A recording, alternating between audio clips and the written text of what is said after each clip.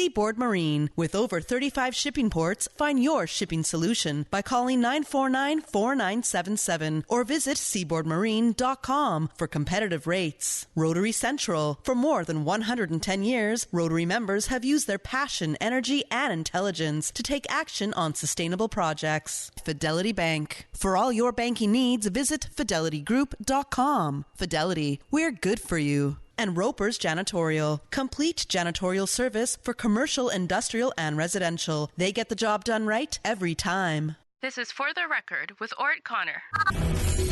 Coming to you live from Radio Cayman Studio. For the record. For the record. For the record. Hear from your government officials, independents, and the opposition on issues that matter to you. For the record. Engage in an open dialogue between residents and lawmakers. For the record. For the record. For the record.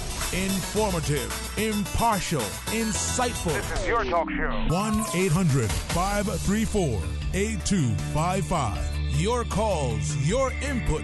This is For the Record. And now, your host, Orrett Connor. Good morning and welcome to For the Record. Today is Friday, the second day of August 2019. I trust that everyone had an enjoyable evening, restful one as well. Those of you who are on the roads of the Cayman Islands, again, we urge you to be extremely cautious, observe the rules of the road.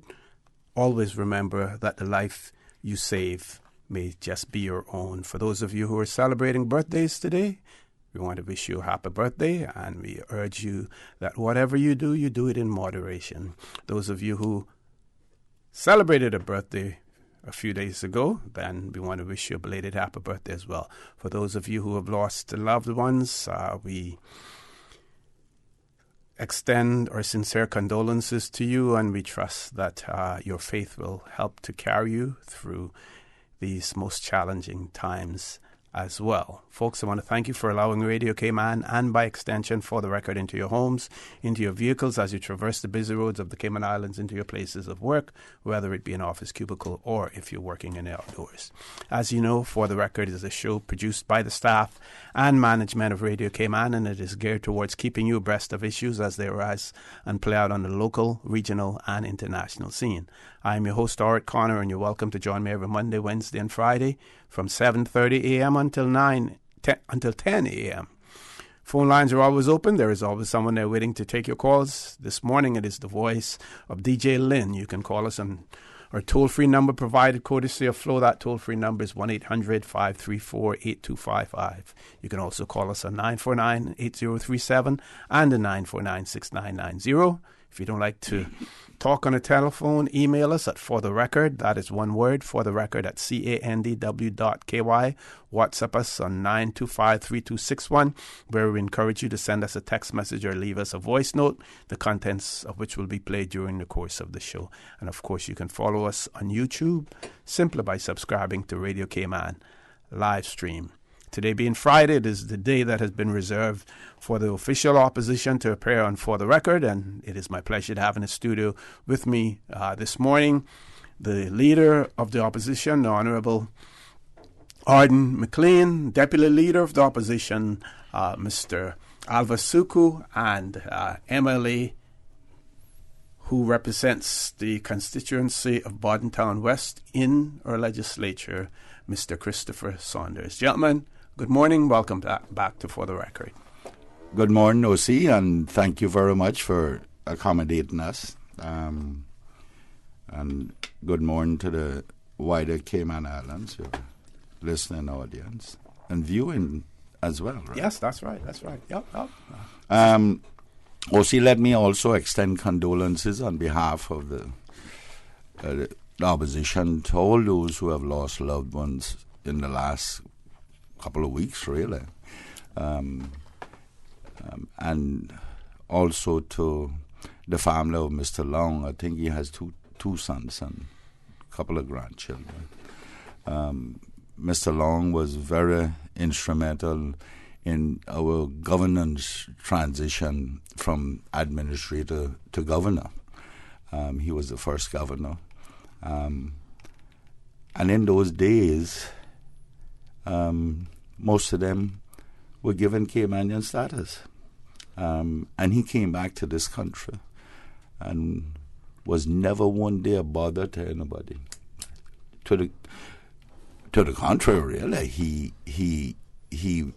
made invaluable contributions to this country, such as the Public Service Commission and the likes.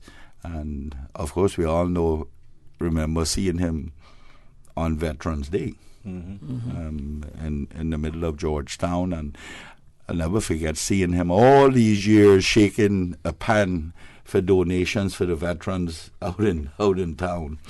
So he integrated into this country very, very well. He and one of his sons, anyway. But to all those who have lost loved ones over this recent time, my dad used to say when I was growing up, and people would pass in East End, Daddy used to say, all those that didn't die before are dying now, which is true. now I understood that. I'm understanding that phrase, and more. But that is the way of life, and we have to keep our heads up and move on. And if we understand that is the eventual cycle, then we keep our heads up and move on for those who are around us and behind us. So, again, condolences to all. Mr. Deputy Leader. Thank you, O.C. And, good to be here with my colleagues once again. They're back safely from their travels. And I joined with the Leader of the Opposition in offering condolences to all those who've lost loved ones. It's been quite a sad week for a lot of Caymanian families. We've lost some very good people this week and the past weeks. But, we, as you said, this is a part of life, and we have to deal with these things and move forward. But, just to let those families know that who've suffered the loss know that, that they're in our thoughts and prayers. But I think we have quite a bit to talk about here today. I've made a list that's already a page long. So we go on until midday then. So I think we may have to extend the show. But I'm going to ask my colleague, Mr. Saunders, to lead off. I think he has something that's burning on his mind right now, and he wants to get off his chest. So No. It's not a matter of burning. Good morning, everyone. It's great to be back. About 2 weeks ago, the leader, the speaker, Minister Rivers, and Emily Kenneth Bryan, I will give his apologies because he's actually spending some time with his family now, actually. We were all in Trinidad at the regional conference, and it was an eye-opener. But first, it's just great to be back. It's nothing better than sleeping in your own bed. You know what I mean? And then when we came back from Trinidad from the conference, we pretty much had to go straight into Delhi. So that in itself has been just a long 2 weeks. And then, after that, trying to catch up with a lot of the constituent issues that you would have missed for those 2 weeks. So you could never get there. But I also want to extend condolences also to the many families who are going through this process right now. And for those who are in the hospital and those who are struggling with certain illnesses. My family right now is going through something also. So it is sometimes the simple things in life we take for granted. And I just want to say to people, where you have your loved ones, call them up, go look for them. Just remind them exactly how you feel. Because sometimes these things come so suddenly. Last month was my father's birthday. This month will be 5 years now since he has passed. And I can tell you, for those who still have your father, cherish those moments. Just cherish it. But one of the things I want to touch on, and it kind of was evident at the conference, when you sit in a room with a group of people, and from all over the region, you can see the different level of political development in each country. Some countries you sit back and you say, well, what they're doing there is pretty good, but you also recognize their learning experience. And one of the things for us as a young democracy coming up it's an opportunity for us to learn from the mistakes that many of our neighbors and other places have made, so as not to make them. Earlier, the leader had mentioned when he was speaking about the first Governor Long, in terms of his contribution to Cayman governance model. It kind of just brought me back to the whole issue of the Constitution and the proposed constitutional changes. And what is ironic, and I'm going to read briefly a letter that was actually sent to the Honorable McKeever Bush, who was Premier of the Cayman Islands at the time, by then Leader of the Opposition, the Honorable D. Kurt Tibbetts, with regards to constitutional change. And just briefly, I just want to see what the PPM's position was back then, because what he said in the letter was, put it in, Dear Mr. Bush, thank you for your letter of 3rd August. As promised in my response to you of August 5th, I am now writing to you to set out the opposition's position with respect to the 2 issues raised in your letter.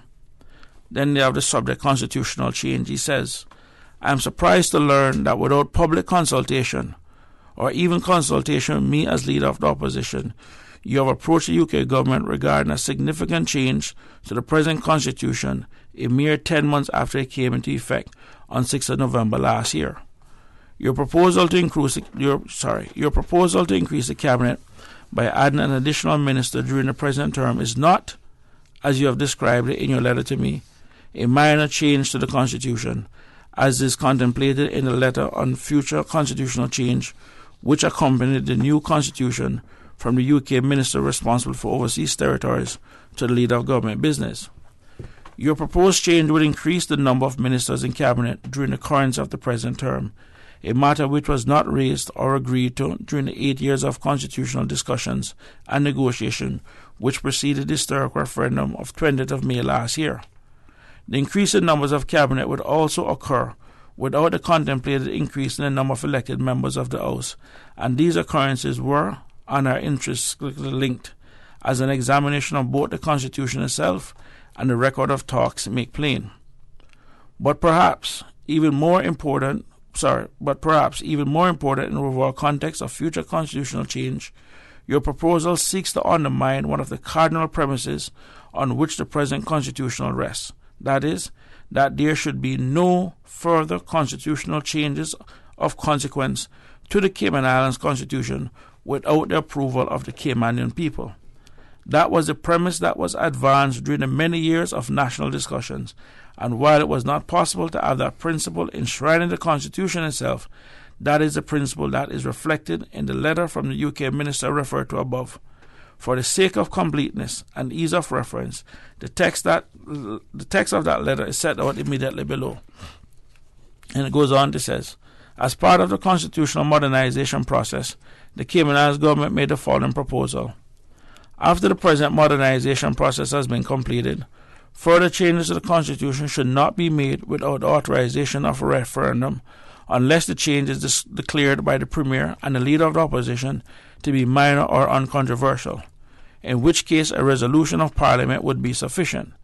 The UK government should be invited to agree that it would honour this referendum requirement. In general, the United Kingdom government approves the idea that substantial constitutional changes should be supported by the people of the Cayman Islands in a referendum. Accordingly, the United Kingdom government would normally use its best endeavours to honour this referendum requirement. However, there may be exceptional circumstances where it would not be possible or appropriate to do so, and for that reason the United Kingdom government must reserve its position on this matter. I think you need to go to a break. Yes. So I'll finish it up when you come back from the break. Folks, please stay tuned. For the record, we'll be back shortly. In the studio with me, Leader of the Opposition, Honourable Arden McLean, Deputy Leader, Mr. Alva Suku, and MLA, Mr. Christopher Saunders. Please stay tuned. The Cayman Islands boasts of a long, colorful, and rich history. In tribute to our roots, Radio Cayman, the voice of the Cayman Islands, is pleased to bring you the historical vignette series, sponsored by Cayman National Bank. Visit Cayman National Bank today for all of your financial needs. The Cayman Islands, he hath founded it upon the seas.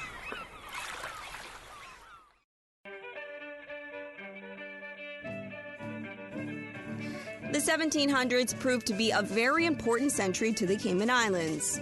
Permanent settlement of Grand Cayman began with a few families, most notably the Boddens. Between 1734 and 1742, 5 land grants in Grand Cayman were made by the governor of Jamaica. At this time, mahogany and logwood were exported to Jamaica. In 1780, William Eden, a mariner and early English settler, established a cotton and mahogany plantation in Savannah's Pedro Bluff and built St. James, now known as Pedro St. James Castle, a remarkable building for that period and the only house on Grand Cayman to survive a devastating hurricane of 1784. In 1794, the wreck of the 10 sails occurred, and Cayman's most popular legend of how the island became tax-free was born. In 1798, the governor of Jamaica appointed the first magistrate in Cayman. Radio Cayman's historical facts vignettes are proudly brought to you by Cayman National, with branches on all 3 Cayman Islands. Visit Cayman National Bank today for all of your financial needs. When you need stability, think Business of the Year. Considering a new career opportunity, think Best Place to Work. When dependability matters, think Outstanding Workforce. In need of a reliable financial partner, think Bank of the Year. When you seek excellence, think Cayman National. No matter how many accomplishments we achieve, we always set the bar higher. That's why we are the most awarded bank in Cayman, and we are proud to be your 2018 Bank of the Year. Have you seen the latest? Cayman has been ranked the most expensive place to live. It's time to buy smart. It's time to buy Ropers. Find everything for your home and kitchen at low prices at Ropers. Ropers Janitorial, 949-2511. Email janitorial@ropers.ky. Clean up your spending with Ropers Janitorial, 949-2511. Ropers Janitorial also offers complete janitorial service for commercial, industrial, and residential. They get the job done right every time. Ropers Janitorial, 949-2511. It was a day that changed my life. No words can describe the feelings of seeing my baby boy sick for the first time. The overwhelming feeling of fear to be responsible for his health and happiness became my priority. So I did what any nurturing mother would do when their baby is sick. I took him to get some of the best medicine possible. CTMH Doctors Hospital Pharmacy understands the importance of careful decisions you make every day for your family. Our staff work towards healthcare excellence and providing the most current and up-to-date training with pharmaceutical care, so you can feel confident in knowing that your family is safe with the right medication. At CTMH Doctors Hospital Pharmacy, we take care of your health. Gym tonight? I have another test today. Wow, for somebody who isn't in school, you've had a lot of tests this week. Well, Vamp Motors is giving out fresh baked cookies to customers who test drive SUVs this month. And since I haven't decided what to buy, I'm just test driving each one to see what I like best. You better test drive that to the gym and back, especially with all those free cookies you're getting from Vamp. Take a test drive for a sweet surprise this August at Vamp Motors. Test drive any SUV and receive a freshly baked cookie. It's our way of saying thanks for dropping by to check out our huge sale on every SUV in stock. Save up to $4,400 during Vamp's summer SUV sale. Now through the end of August. That's every SUV in stock on sale. Save up to $4,400 or put the savings towards upgrading your vehicle. Sweeten the deal with Vamp Motors, Walkers Road. Sometimes things just don't go as planned. That's why you need Contractors All-Risk Insurance from Fidelity Insurance Brokers. Ensure you're covered in the event of property damage and third-party injury or damage claims during your construction projects. And with Fidelity Insurance Brokers, you can be sure you are getting competitive pricing and superior customer service. Call us today for a free quote. Fidelity, we're good for you. CUC advises customers on Bimini Drive off Shamrock Road in the Grand Harbor area that they will experience interruptions to their electrical service on Sunday, August 4th between 7 a.m. and 1 p.m. Areas affected include all residential customers on Bimini Drive and commercial customers in the Hurley's Supermarket Complex. Motorists are asked to drive with caution when in Grand Harbor, as CUC will have a number of trucks and personnel in the area. CUC apologizes for this interruption, which is necessary to facilitate required overhead infrastructure upgrades to provide our customers with safe, reliable, and efficient power. For more information on the outage, please contact CUC's customer service team at 949-5200 or email service@cuc.ky. System 1 loaded. 1-800-534-8255. What is on your mind when it comes to the government, independence, and the opposition? Issues that matter to you. 1-800-534-8255. Waiting to hear from you. For the Record. This is For the Record with Orrett Connor. Good morning and welcome back to For the Record. In the studio with me this morning, members of the official opposition. They include the Leader of the Opposition, Deputy Leader, and MLA, Mr. Christopher Saunders. We had to interrupt Mr. Saunders, so we're back on track now. Thank you, OC. And for those just joining, I'm just finishing up a letter that was written to then Premier McKeever Bush from the Honorable Kurt Tibbetts with regards to constitutional change, and letters dated the 25th of August 2010. And the final part of the letter says, in your letter to me on the reply, you have stated that the UK Minister for the Overseas Territories, Mr. Bellingham, has written to you confirming his willingness to allow a minor change to the Constitution by order in Council. I have not seen that letter and would be grateful if you would let me have a copy by return. However, notwithstanding the above indication which you have attributed to Mr. Bellingham, as I've stated at the outset, I do not regard your proposal to add a sixth minister during the present term as minor. The minor changes contemplated in the undertaking given by the UK government in the letter on future constitutional change relate to the correction of typographical errors and other matters not material affecting substance. The letter does not contemplate substantive changes to the constitutional document, which was approved by popular vote and which only came into effect less than a year ago. I firmly believe that to make the kind of constitutional change you propose in the manner you propose would set a dangerous precedent by which a Premier and Leader of the Opposition could make significant constitutional changes with the approval of the UK government, but without any reference to the Caymanian people. This runs counter to my personal principles and those of the party I have the honor to lead. Now, the thing about it is, OC, this is the level of political expediency that borderlines on hypocrisy. This was the PPM's position, not Mr. Tibbetts. He clearly said it at the start, the party's position. And I am wondering now, in this PPM-led unity government, coalition government or whatever, what has changed?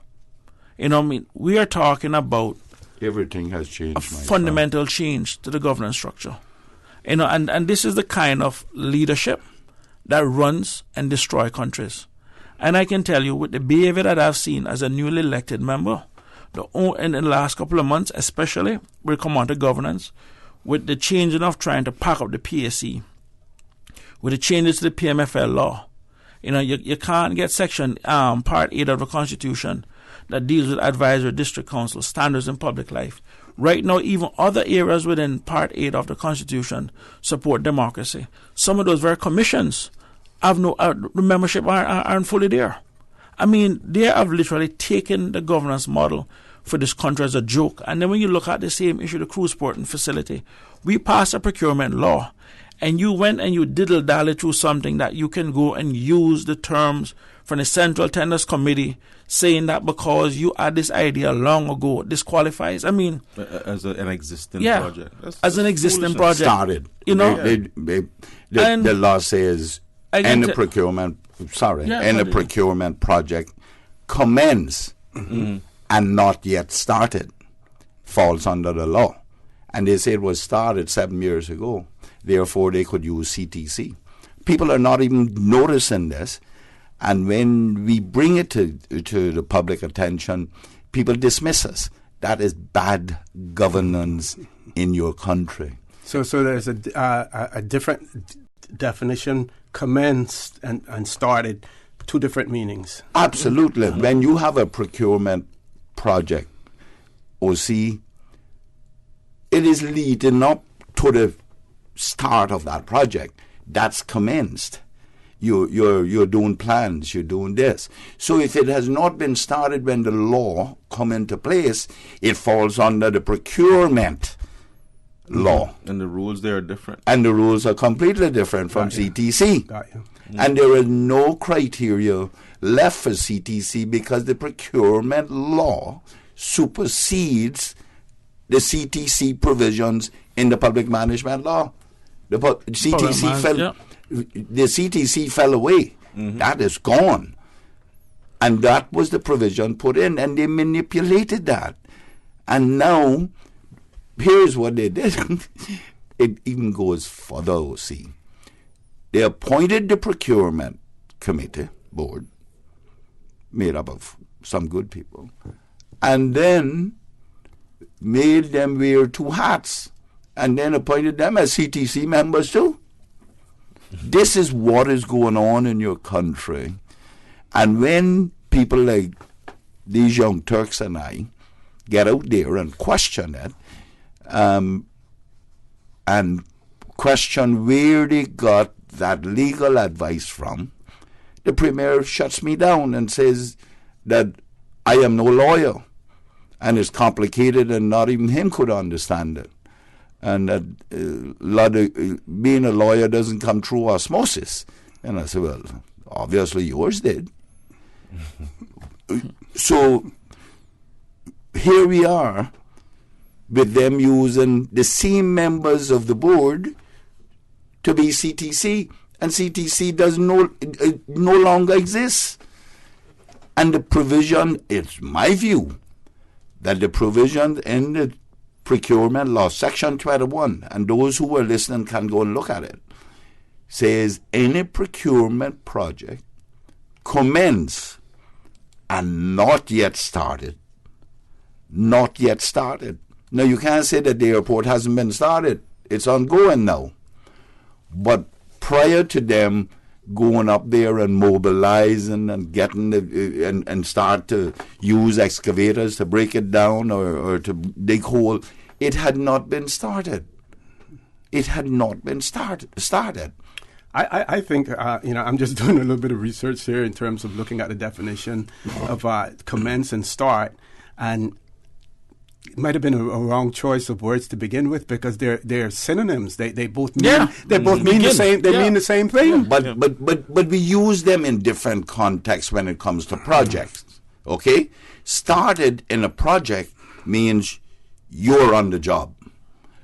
Commence. We commence a project when we start looking at the concept and start doing research and the likes. The project has commenced, but it not yet started. Mm-hmm. The fact that you are to go and dust off a committee, probably should have used in its developmental stage or something like that. That's I understand that choice of words, but in projects it means two different things. And you see, OC, it is this kind of behavior that scares me. When you see the law being manipulated to achieve a certain outcome, especially something as important as this, that's a problem that we have. Okay, we've reached the top of the hour, 8 o'clock. News. Folks, please stay tuned. When we return after the 8 o'clock news, the conversation will continue with the Deputy Leader of the Opposition and MLA, Mr. Christopher Saunders. All right, thank you, Mr. OC. The time is now 7:59 a.m., brought to you by Price Right. Price Right is Grand Cayman's warehouse shopping superstore, making your dollar go further with huge savings and no membership fees. Get more of the things you use every day at the right price. But it's not just grocery and health and beauty. Price Right has a full range of products from office to automotive, patio furnishings to kitchen appliances, and even electronics. And since warehouse prices mean savings for you, everything is priced right at Price Right, Grand Cayman's warehouse shopping superstore. The voice of the Cayman Islands. 89.9 FM in Grand Cayman and 93.9 FM in Cayman Brac and Little Cayman. Silver wings shining in the sunlight. Radio Cayman. Access. Information. Your community. News and information. Radio Cayman is your choice, your voice for today's biggest news. Radio Cayman.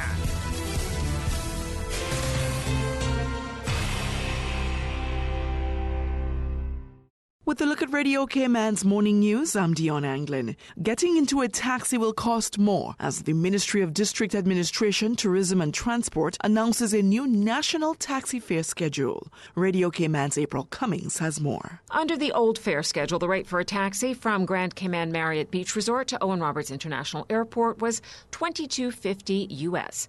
Under the new schedule, the rate is now $25 US. The schedule not only increases fares, it also moves the average party size from 3 to 4, which will make it possible for the average family to ride a taxi at the same rate. The first 2 pieces of luggage are now free, and after-hour fares are now scheduled, resulting in the removal of the previous 25% surcharge. Tourism Minister the Honourable Moses Kirkconnell says the new rate schedule balances the need for taxi operators to make a reasonable living wage and for the public to have access to the public transport system at a fair rate. He notes as the cost of living has increased, operators have unfortunately been left behind and describes the, quote, minimal increase in rates an acknowledgement of the valuable service the operators provide to the general public, especially as tourism ambassadors to our stayover visitors. April Cummings, Radio Cayman News. All taxi operators have the option to receive a hard copy of the new schedule from the Public Transport Unit Office in Rankin Plaza. And the Central Caribbean Marine Institute is moving into analysis mode after completing the 21st year of Atlantic and Gulf Rapid Reef Assessment Surveys. Radio Cayman's Carsley Fuller speaks with CCMI's Science Education Manager, Katie Correa, about the project. So, Katie, what is the AGRA survey? The AGRA survey is an annual survey done by CCMI offshore of Little Cayman, looking at 10 different sites around the island, both on the north side and the south side, to assess the benthic habitat and the fish populations or fish communities around the island. And what are you guys looking at? Stony coral specifically, and stony coral health, as well as stony coral recruitment, to show what the overall health of the benthic habitat community driven by corals is. We're also looking at the fish populations for fish biodiversity, looking at key herbivores in the population, what size of the fishes, where are the fishes most prevalent, and why. In regional news, uncertainty remains in Puerto Rico about succession, hours before the governor there is due to step down. Carib Updates' Wendy Chateau has the details. With only hours before Governor Ricardo Rossello was expected to leave office, Puerto Ricans have no idea who would replace him as political chaos threatened to paralyze the island with a constitutional crisis. Rossello has promised to step down at 5 p.m. Friday in response to huge street protests by Puerto Ricans outraged at corruption, mismanagement, and an obscenity-laced leaked WhatsApp chat. As one of his last acts, Rossello put forward veteran politician and lawyer Pedro Pelusi to fill the vacant Secretary of State post, next in line for the governorship under the U.S. Territory's Constitution. The Puerto Rican House of Representatives is expected to vote on Pelusi's confirmation Friday afternoon. If he is rejected, Justice Secretary Wanda Vasquez automatically becomes governor as the next in the order of succession, even though she has said she would unwillingly accept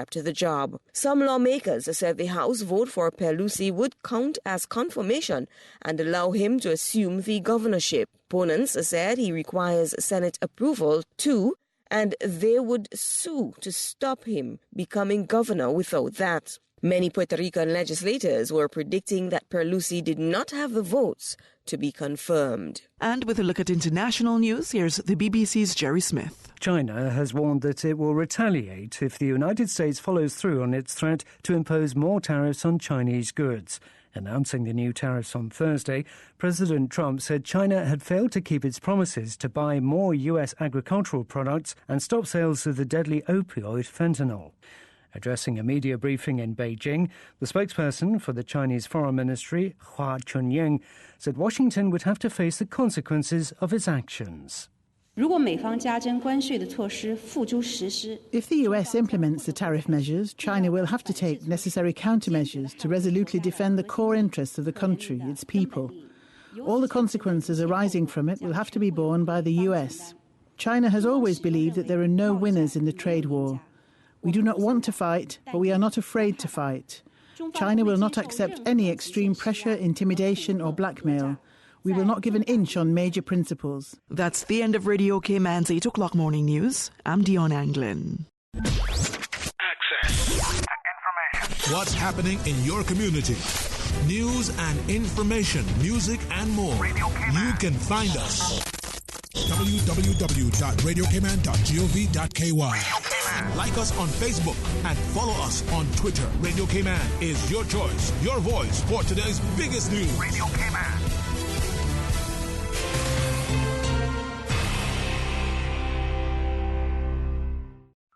There are plenty of reasons to be a Logic customer. There's lightning-fast internet connectivity. There's the great overall customer experience. And now, you can improve your Wi-Fi connectivity with Logic Boost Wi-Fi for free. With Boost, you can extend your freedom to stream, game, and download seamlessly anywhere in your home, like your patio or your underground lair if you have one. Sign up now for any Logic Bundle package and get free Boost Wi-Fi for a limited time. Visit logic.ky for details. The Weather Report is proudly sponsored by Super Stitch Sewing and Fabric Center, your one-stop household store at 39 Pasador Place, Smith Road. Still offering the best prices in town. Call 949-2833 or go to superstitch.com.ky. New stock has just arrived at Super Stitch. Now don't take my word for it. Drop by and see for yourself. Fresh off the boat, we have loads of fabric, vinyl upholstery fabric, fabric for cushions, outdoor fabrics, and dress fabric. That's not all. Super Stitch has sewing accessories and craft items. Included in the new shipment, you will find sheets, comforters, throw pillows, bath mats, rugs, and curtains for every room in your home. Super Stitch, 39 Pasador Place, Smith Road. Still offering the best price in town. Call 949-2833 or go to superstitch.com.ky. And a pleasant good morning. This is your 8 a.m. weather update brought to you by Super Stitch and the Cayman National Weather Forecast Center.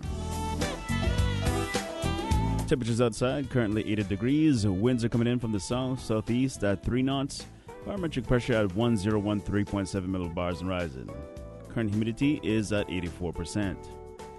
Synopsis indicates cloudiness and showers associated with a tropical wave over the northwest Caribbean will spread over Cayman during the next 24 hours. Radar images show scattered showers in and around the Cayman area moving towards the west. Forecast for today, partly cloudy skies with 60% chances of showers and some thunder. Temperatures expected to rise to the low 90s. Winds will be southeast at 5 to 10 knots. Seas expected to be slight with wave heights of just 1 to 3 feet. And taking a look at tonight, cloudy skies, 60% chances of showers and possible thunder. Temperatures will fall to the upper 70s. Winds will be southeast 5 to 10 knots. Seas expected to be slight with wave heights of 1 to 3 feet. Currently when the low tide and high tide takes place today at 10:16 a.m. Low tide again 4:25 p.m. and high tide at 10:56 p.m. Sunset in the Cayman Islands, 6:59 p.m. Sunrise tomorrow, 6:03 a.m. Outlook is for a decrease in cloudiness and shower activity through Saturday afternoon as the tropical wave moves west of the Caribbean. For additional information, please visit the website www.weather.gov.ky. This has been the 8 a.m. official weather updates brought to you by Super Stitch.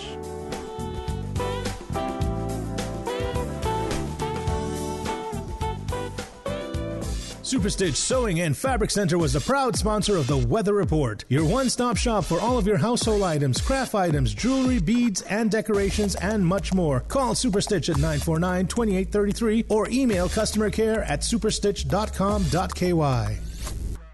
New stock has just arrived at Super Stitch. Now don't take my word for it. Drop by and see for yourself.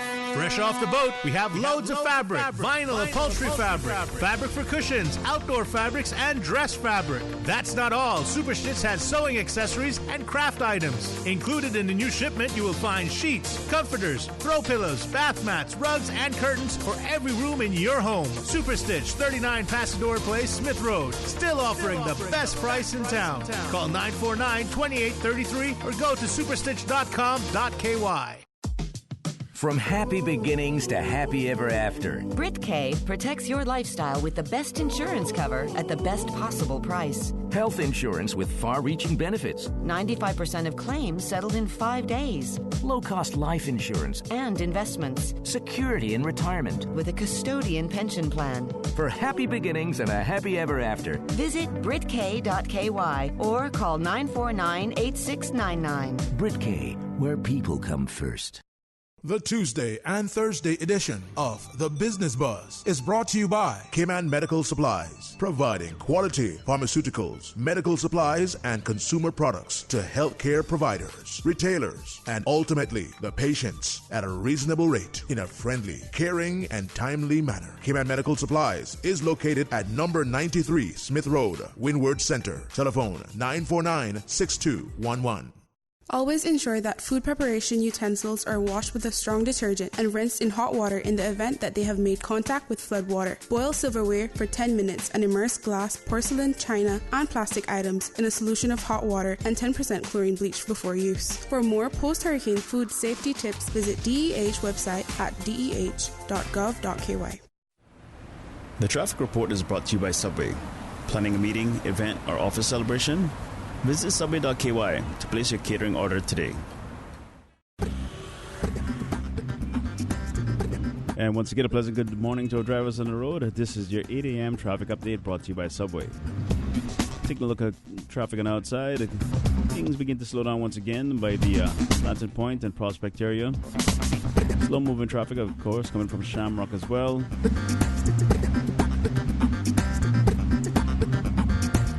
And take a look at our cameras. C&B roundabout, things are moving slow in that direction.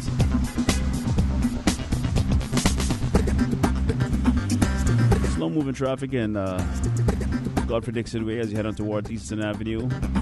Things begin to alternate in and out of the Butterfield roundabout. Moderate flow of traffic in the Industrial Park area. Clear flowing traffic on Roberts Drive. Taking a look at Shedden Road and Edward Street, smooth flowing traffic in that direction. Coming up from the west, all is clear from the Ritz-Carlton. No traffic incidents to report at this time. If you happen to see something, just call 949-6990. Once again, this is your latest traffic updates brought to you by Subway, reminding you to eat fresh. Summer, the season for backyard gatherings, beach parties, office socials, and camps for kids. Whether planning a casual company luncheon, a beach picnic, or summer camp party, Subway offers catering for all your summer events. Cater to any crowd with Subway's selection of assorted sandwich platters to your liking. Or make it simple by trying their Fresh Fit and Flavor Craver platters. Also in the mix is the Double the Meat, Double the Flavor wrap platter, and add an assortment of cookies, brownies, chips, and drinks. Make the most of your summer party and leave the catering to Subway. Visit subway.ky for menu options. Subway, eat fresh. The traffic report is brought to you by Subway. Planning a meeting, event, or office celebration? Visit subway.ky to place your catering order today. Hey, are those new glasses on Will? Yeah, we went to Optical Outlook. Wham, bam, easy exam. Finally, an exam he could pass.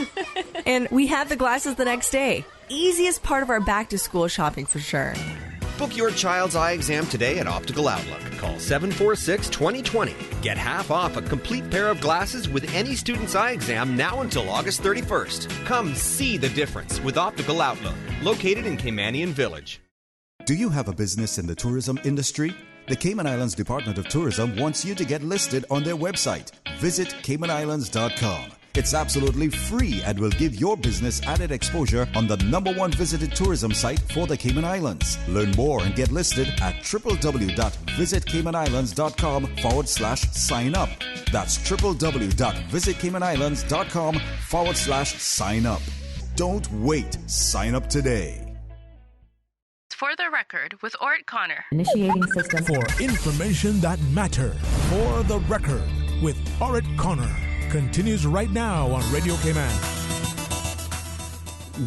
Good morning and welcome back to For the Record. Just before I pass the mic back over to Mr. Christopher Saunders, those of you who follow the UK news and politics, your mother country's news and politics. I see where the Liberal Democrats have won the Brecon and Radnorshire by-election, leaving Boris Johnson with a working majority of one in the UK Parliament. The Liberal Democrat overturned 8,038 majority. That's a pretty good majority of having 8,038 vote majority to beat the Conservative Chris Davies by 1,425 votes. How much is in the riding? 100,000. I'll have to check that in a while. I'll look that up and see. But still big. Yeah, it's a huge turnaround. Huge turnaround. I don't think that Boris Johnson would want to have call any elections anytime soon now with this trend. Especially even the local government too. They got free. Yep. Mm-hmm. Okay. Yes. Yeah. No, I just want to. I think Mr. Alva wanted to touch something on that. But like I said, also before I switch over to Alva, my main issue is the governance model. Because as we advance our country and our democracy, it is very important for us to make sure that we have a solid base in which to grow. And right now, when we have that base being eroded, and especially Part 8 of the Constitution, institutions supporting democracy, being literally ignored at a wholesale level and treated this way, this is a fundamental problem. And it is from this disrespect you now find all other issues we have now where you have up on the government website where people calling in or they're telling people, well, if you want to take your name off of this, you can do that. These things are undemocratic and also unbecoming. This is not what any civilized country, any civilized democracy should be striving for. Mm-hmm. And quite frankly, I'm really ashamed of the behavior of these guys. It is disgraceful. But you know what? There's more to come. Let's watch this space. Alva, sorry. Yeah, well, OC, I wanted to touch on the constitutional negotiations and the proposed changes. Yes, because yes. I've heard recently that my name is now being passed around as a member of the negotiating team, and people would be shocked to hear whether or not I would be calling for a referendum on those changes. But OC, I want to take you back to when we actually left and went to the UK. Yes, I was part of the negotiating team. There was a meeting. We did discuss some of the proposed changes with the Premier. But I will start off by saying this. There was no consensus on all of those changes within the opposition. I knew that leaving this country. Mm-hmm. Now, so did the Premier. Yeah, so did the Premier. He was there. So there's no secret, and the former leader of the opposition knew that as well. Now, I am hearing that if I come out and say that I'm supporting a referendum on these changes, that they're going to I guess, attack me politically for being, I guess, disingenuous. Mm-hmm. However, OC, think back to when we put this constitution in place. What was the process? We went to the UK, we negotiated, and got what we could get, but we didn't just come back and put those in place. That was done through a referendum. The process has been laid out a long time ago, before I got here, on how this thing works. We have the side letter to the Constitution that spells it out. So there was no confusion in my mind what the process was. Mm-hmm, mm-hmm. And for anybody now to get up and want to come and say that I'm being disingenuous or I'm changing my mind or I'm playing politics with it, they're being disingenuous. And I would challenge them to come out and say that. Mm-hmm. Because I know and I knew from the beginning what the process was. And knowing that we didn't have consensus, especially on that 8th minister, I knew what we would come back here and have to do. So I want to clarify my position on that. Initially, the scope of this exercise was to address the overreach by the UK, to minimize their ability to do that. Mm-hmm. And I wholeheartedly supported that effort. However, based on what I am seeing now, the behavior by this government, I am not so convinced now that I could support just putting those changes in place without a referendum, because they're asking for more autonomy and more ability to I guess chart our own course without interference from the UK. But these individuals, and I know you don't legislate for individuals and personalities, but the behavior I've seen from this government makes me very nervous, giving them that sort of autonomy. So I do support putting these changes, all of them, to referendum now. And based on the letter that Mr. Saunders just read, that was the position of the PPM before this. So I don't see why anybody would now target me. And I've had a few veiled threats being made that that the former leader of the opposition is going to come out and read me the riot act or whatever. Let them do it. But I have a constitutional responsibility to support good governance in this country, and that's what I'm going to do. Mm-hmm. And there's nothing wrong with you, even if you decide to change your mind. Yeah, but the process was always that any major changes would be by referendum. So I don't think anyone would think, as I was under that impression too, that any changes would have still been by referendum. And I didn't think I had to be beating this drum or anything, because as you can see, this was even the PPM's position too. That was what the side letter, that was always the standard given. Any changes would have required a referendum. So all of a sudden now, where nobody wants the people to say, and we must just trust politicians. No. I don't trust nobody up inside there. You know what I mean? So at the end of the day, this is our document that governs our relationship with the people. And what people need to recognize is what gives a government a legitimacy is that you can only govern with the consent of the governed. But the problem that we have in this country is people still have this belief that the highest political office in this country is premier or politician, when in fact it is voter. And until the Caymanian people and politicians recognize that the voters are ultimately the boss, because they are the ones who hire and fire. But you have people inside there who somehow believe, based on longevity, that seat now belongs to them. I can tell you, as Mr. McLean made it perfectly clear to me, inside that house, I am not Mr. Saunders. I'm the member from Bordentown West. That seat belongs to the member of the people of Bordentown West. The only thing I can choose is which one of them I want to sit in. That's the only choice I have. But Sorry. Now, since the change in the leadership as far as the opposition is concerned, Mr. McLean, have you had any contact with the Minister for the Overseas Territories in relation to the negotiations, the replies that are still we're still awaiting from them on certain issues? I had a meeting with Lord Bleming, Lord Ahmad. Lord Ahmad, when he arrived here recently for the 60th anniversary celebration and that trade show. And I made it very clear to him that I did not have consensus in the opposition, and there was never consensus in the opposition on these changes.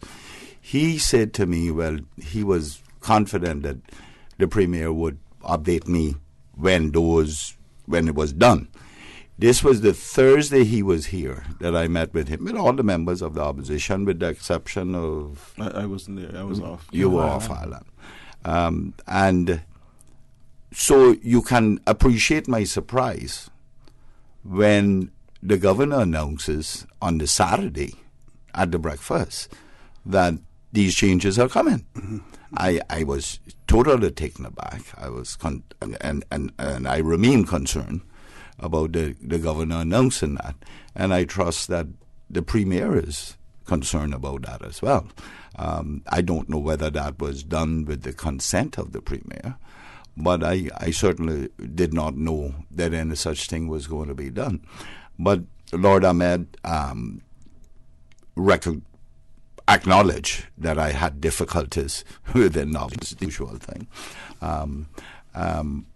I should point out too that some of those difficulties come from me, because I have not signed off on it. When these talks were being contemplated, the then leader of the opposition called us together and said that Alden wanted to make some changes. So I said to him, well, why don't you write him and ask him to give us it in writing, and then we can discuss it. And maybe there are some changes we need to recommend. There are a number of changes that now we're 10 years in, that operational changes, so to speak, and that we may want to propose as well. He did in January, I think it was, of last year. Yeah. And the next thing we heard was the press conference. When they called the press conference, they had called us to a meeting, which I couldn't go. I was at the hospital. So you never received anything back in writing? I think let's put it in this timelines, because in fairness to Mr. Miller, he did write the premiere then in January 2018. 18. We got the back in writing, if memory serves me correct, around November. But yes. the thing about it is that... And that would have been just prior to going to the UK. Yeah, right? but the part that had really jumped out, that had caused the first alarm or the first red flag amongst us, is that we only received a copy of the letter that was already sent to the UK. So in other words now, this was not something that was done with us and the government agreeing what changes we wanted. It was at the premiere where they wrote to Lord Ahmad, you know what I mean? And then 3 weeks later, we were basically given a copy of the letter that was sent to Lord Ahmad, already outlining what it is that they want to discuss. So this was already a one-sided exercise to begin with. So for me, that was the first red flag.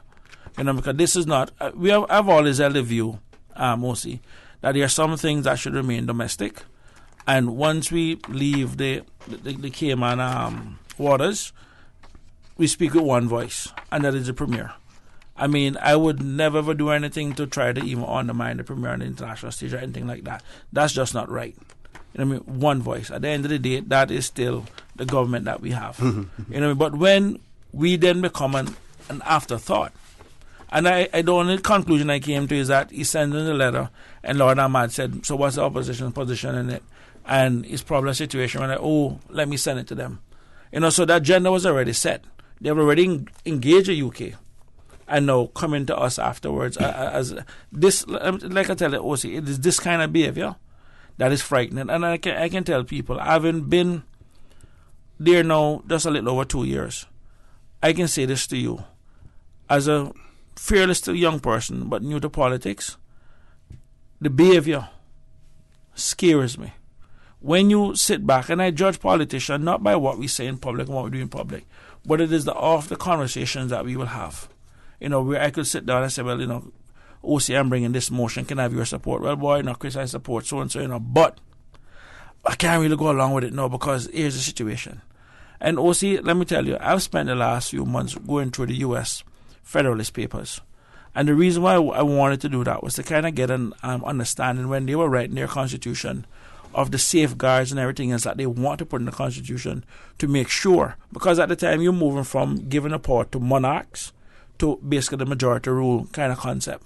And there were certain safeguards that had to be put inside it to also even protect the minority. You know, so when you get back down to the fundamental principles of how democracy is supposed to work, and you look at what we have today, this is the reason why, and I said this to Lord Ahmad, I said no disrespect, but everywhere that the British has been, whether it be in Africa or the Caribbean, when they have left, it is even more corrupt than when they were there. Because the Westminster system has always been one about the winner takes all mindset. You can have a one-seat majority, you taking everything. And that has always been the challenge. So we have got to make sure that we put the safeguards in there to keep politicians in check. And when you have Part 8 of the Constitution being wanton and disregard with regards to district council, regards to standards in public life, and of all of these other commissions without membership or full membership or membership lapsing and no replacement, this is not the kind of behavior nor the kind of mood or attitude that we need in the country for a young country that's trying to move forward. Okay, we have to go to a commercial break. When we return, the conversation with members of the official opposition will continue, so please stay tuned. At Seaboard Marine, customers often ask us questions about their shipments. Hi, I'm thinking of buying a car from the States. Which port do you ship out of? Hi, we ship out of Miami, Houston, and Brooklyn. Just let us know your port of choice and we can provide you with a quotation and answer any questions you may have on insuring and protecting your vehicle during its journey. Shipping shore to shore, Seaboard. Have you ever felt that there is something bigger out there for you? Something more positive, something more powerful, something all good, something bigger than yourself? Do you want to give back to this community? your community? Together, Rotary Central, Rotary Sunrise, and the Rotary Club of Grand Cayman are hosting a membership meet and greet social Thursday, August 15th at Pepper's Restaurant, 5 to 7 p.m. Come along. Bring a friend. Find out what Rotary is all about, what Rotary is doing in your community. So, see you there, Thursday, August 15th at Pepper's Restaurant, 5 to 7 p.m. We're looking forward to meeting you. Rotary, connecting the world.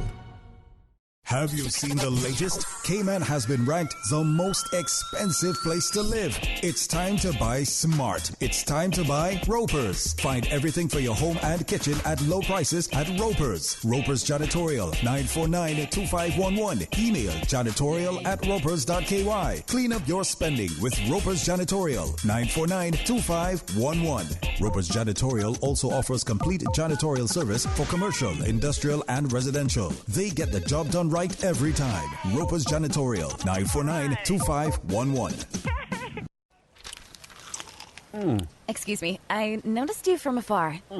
Really? Me? Well, not you. The KFC sandwich you're eating? Oh, Zinger. Sorry, I'm not trying to be funny. No, it's called the Zinger Sandwich. Crunchy, juicy, 100% chicken breast, crisp lettuce, sweet mayo on a seeded bun with a little zing. KFC's chicken is not factory breaded, frozen and refried like the Burger Boys. Customize your KFC Zinger and dip it in barbecue sauce. Wow, now I'm starting to notice you too. KFC, it's finger licking good. Gym tonight? I have another test today. Wow, for somebody who isn't in school, you've had a lot of tests this week. Well, Vamp Motors is giving out fresh baked cookies to customers who test drive SUVs this month. And since I haven't decided what to buy, I'm just test driving each one to see what I like best. You better test drive that to the gym and back, especially with all those free cookies you're getting from Vamp. Take a test drive for a sweet surprise this August at Vamp Motors. Test drive any SUV and receive a freshly baked cookie. It's our way of saying thanks for dropping by to check out our huge sale on every SUV in stock. Save up to $4,400 during Vamp's summer SUV sale. Now through the end of August. That's every SUV in stock on sale. Save up to $4,400 or put the savings towards upgrading your vehicle. Sweeten the deal with Vamp Motors, Walkers Road.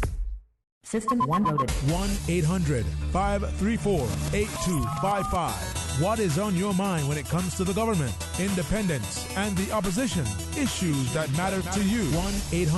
1-800-534-8255. Waiting to hear from you. For the Record. This is For the Record with Orrett Connor. Good morning and welcome back to For the Record. In the studio with me this morning, Leader of the Opposition, Honorable Alden Arden McLean. No, that's where I'm put it. That's 2 years old.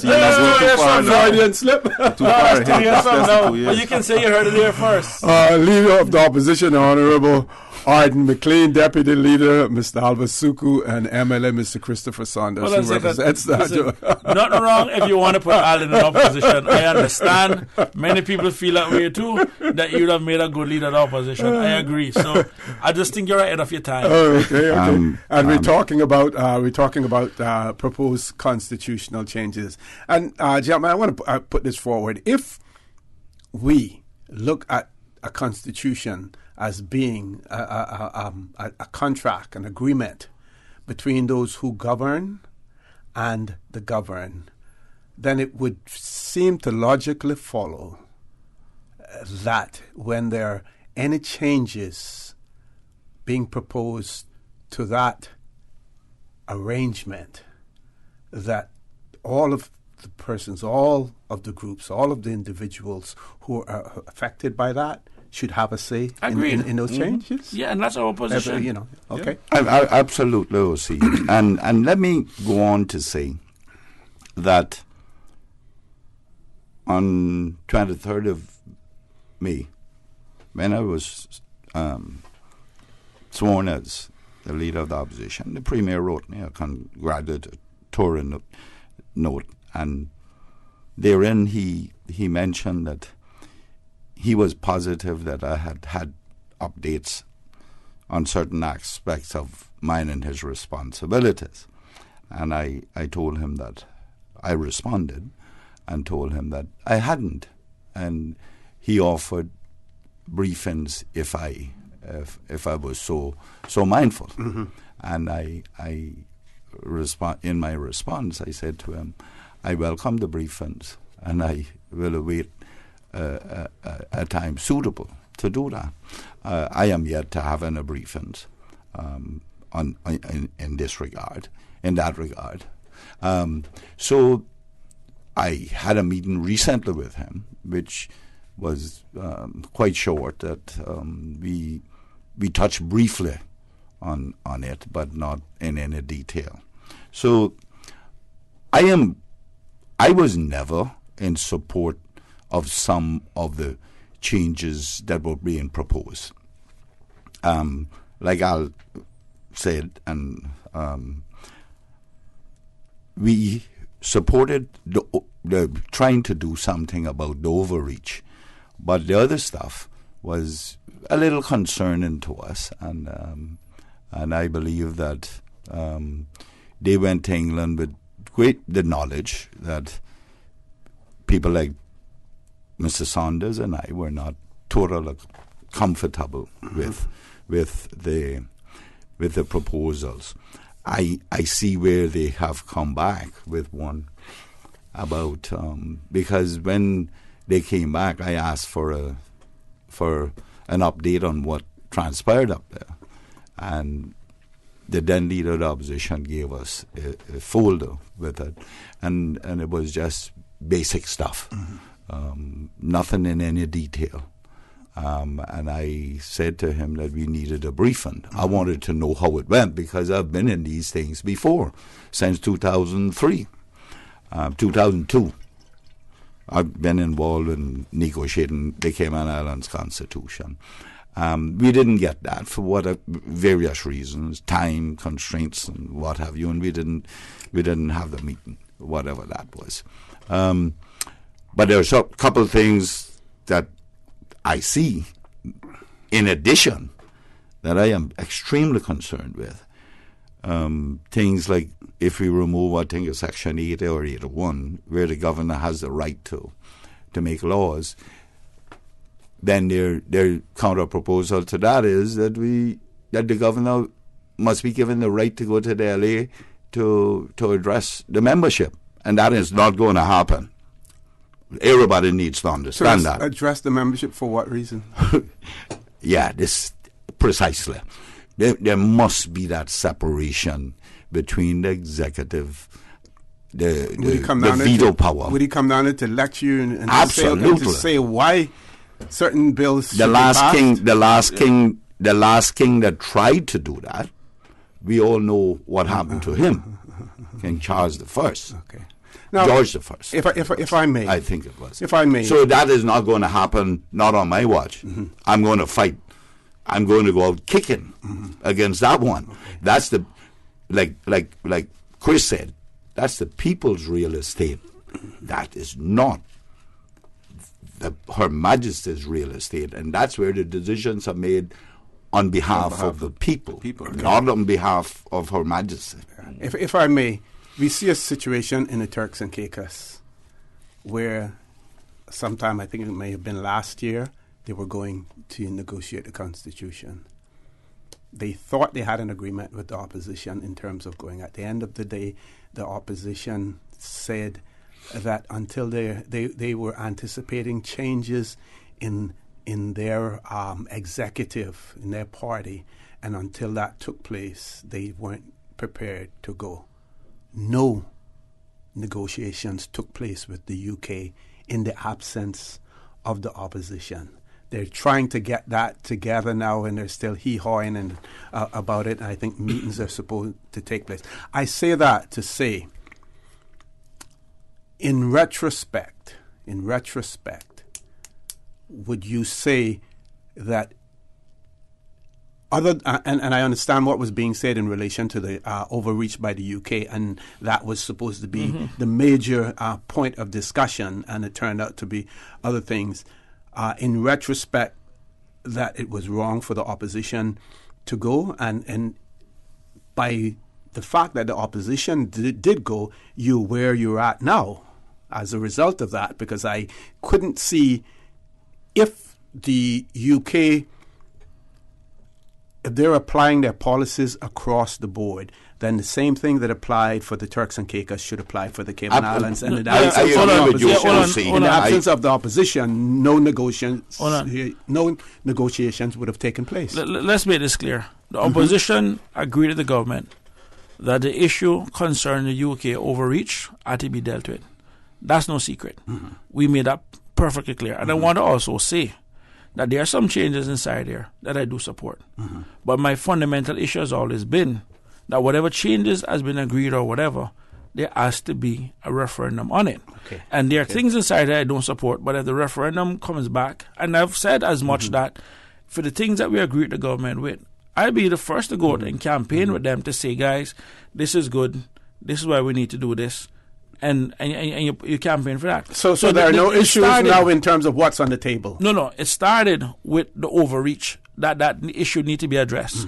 Where it became an issue for me is explain to me, having an 8th minister, what that has to do with overreach. Explain to me why sitting down now and turning councillors into parliamentary secretaries or under secretaries or private secretaries or whatever, what does that have to do with overreach? You know, and you see, but that's my point. All of these things have come out. So the issue is, I tell you where the breakdown was. The breakdown was we agreed the overreach issue had to be done, and I can understand the Premier writing Lord Ahmad to say, well, we want to discuss these constitutional issues because we had agreement on that, we had consensus. But where it became a challenge is when they start throwing everything with the kitchen sink. Well, let's go for this now, let's go for that now, because these guys have agreed at this now, because I've agreed that you want this, mean I'm going to agree to you on that. But the bottom line is, so you didn't agree to everything? No, but we agreed the whole issue of the overreach. And if you go back to the press release that was even issued prior to the trip, it was primarily dealing with this overreach issue. Where the issue became a problem is that the Premier, when he sent the letter to Lord Ahmed, he basically included the other stuff that we had no discussion on. Okay, yeah. You That's what I want to make clear. And that is the issue that needs to put out there. But I mean, when you look at the whole beneficial issue and look at the other the ordering council and all that kind of stuff, we want a clear definition of when those things could be used for the UK to overreach. And I think that's reasonable, and I think the Caymanian people would understand that too. That we want to understand at what point would the UK kick in to do this or do that or whatever. What I can tell you that I wasn't supportive of is the other stuff that got thrown in. That had nothing to do with overreach. And that's the problem. And did your leader point out to you later on that he was aware of these other things that were going into the letter? Because we got the letter. We had a meeting with the Premier. Before the letter went? No, we had no meeting before the letter went. That's what I'm saying. No. Was your leader before they went to England? Before we went to England, yeah. Once we got back the information, remember he was saying that they had this letter was sent to us after there was discussions. The Premier had discussions with England. Once that was sent to us and sent to Ezra and shared with us, they wanted me to go to England. My guys wanted me and Mr. Miller to go to England. I said, I'm not going until we have a meeting with the Premier to find out exactly where he's going with all these proposals, because I'm not supporting them. But that letter had already gone to the UK. Which letter? The one that he listed all the stuff. Yeah, that already he had already sent that. They were negotiating that already. But now they were trying to co-join us, you see? They were trying to get us on board. So I said... see, where I'm disturbed is that, and what I'm understanding is that you had an agreement, there were certain things that you knew about, there were certain things that you didn't know about. I don't understand that. You should have known about everything. Let me explain it to you, When the government, the Premier and his people started this discussion, we were nowhere around. We did not know what was happening. When you say we, the opposition, including your leader. Right. We didn't know anything. So this was sometime in in the latter part of 2017. Okay? Okay. The Premier, obviously, approached in one of their meetings, at him and the leader of the opposition meeting, discussed and then broached the subject on possible constitutional changes. So our leader then, Mr. Miller, came to us with that. So I said to him, I'm not discussing any changes unless we see exactly what they want to propose. Got you. Can you stick a pin there while we take a commercial break? And then we're going to pick up from there when we return. Folks, please stay tuned. For the record, we'll be back shortly. For 51 years, Cayman Airways has been connecting the Cayman Islands with the world, welcoming visitors to our shores and taking residents to exciting destinations. To celebrate, Cayman Airways airfares are now on sale for travel this fall. Sale fares start from just $71 CI round trip. Taxes and fees are additional, conditions apply. But hurry, this anniversary sale ends August 10th. Call 949-2311, contact the travel agent, or visit CaymanAirways.com. Have you ever felt that there is something bigger out there for you? Something more positive, something more powerful, something all good, something bigger than yourself? Do you want to give back to this community? Your community? Together, Rotary Central, Rotary Sunrise, and the Rotary Club of Grand Cayman are hosting a membership meet and greet social Thursday, August 15th at Pepper's Restaurant, 5 to 7 p.m. Come along. Bring a friend. Find out what Rotary is all about, what Rotary is doing in your community. So, see you there, Thursday, August 15th at Pepper's Restaurant, 5 to 7 p.m. We're looking forward to meeting you. Rotary, connecting the world. It was a day that changed my life. No words can describe the feelings of seeing my baby boy sick for the first time. The overwhelming feeling of fear to be responsible for his health and happiness became my priority. So I did what any nurturing mother would do when their baby is sick. I took him to get some of the best medicine possible. CTMH Doctors Hospital Pharmacy understands the importance of careful decisions you make every day for your family. Our staff work towards healthcare excellence and providing the most current and up-to-date training with pharmaceutical care, so you can feel confident in knowing that your family is safe with the right medication. At CTMH Doctors Hospital Pharmacy, we take care of your health.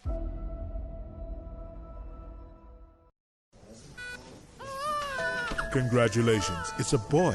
During the greatest events of your life, whether or not you have the right health insurance coverage should be the last thing on your mind. That's why at Fidelity Health, we are committed to helping you get matched with the right plan to suit you and your family. We offer a range of plans to suit your budget, plus access to a network of quality care throughout the Caribbean and the USA. You can relax and enjoy life's greatest moments when you are covered with Fidelity Health. Call us today at 949-7822 for a free quote.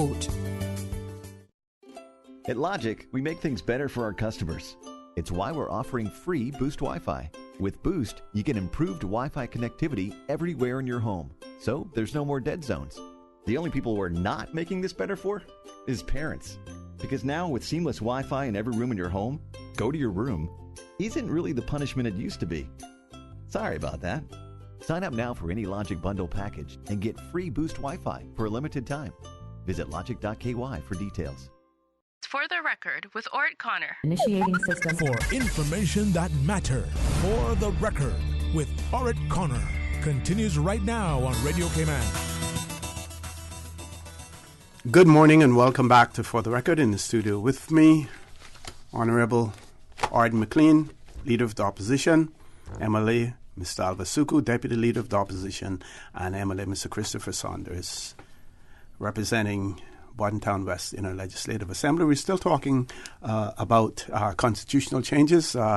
When we leave that, I believe we will be talking about the cruise berthing project as well. Mr. McLean, I think you had a mic. Yeah. So, see that, you know, one of the things I do is keep paper, right? That's true.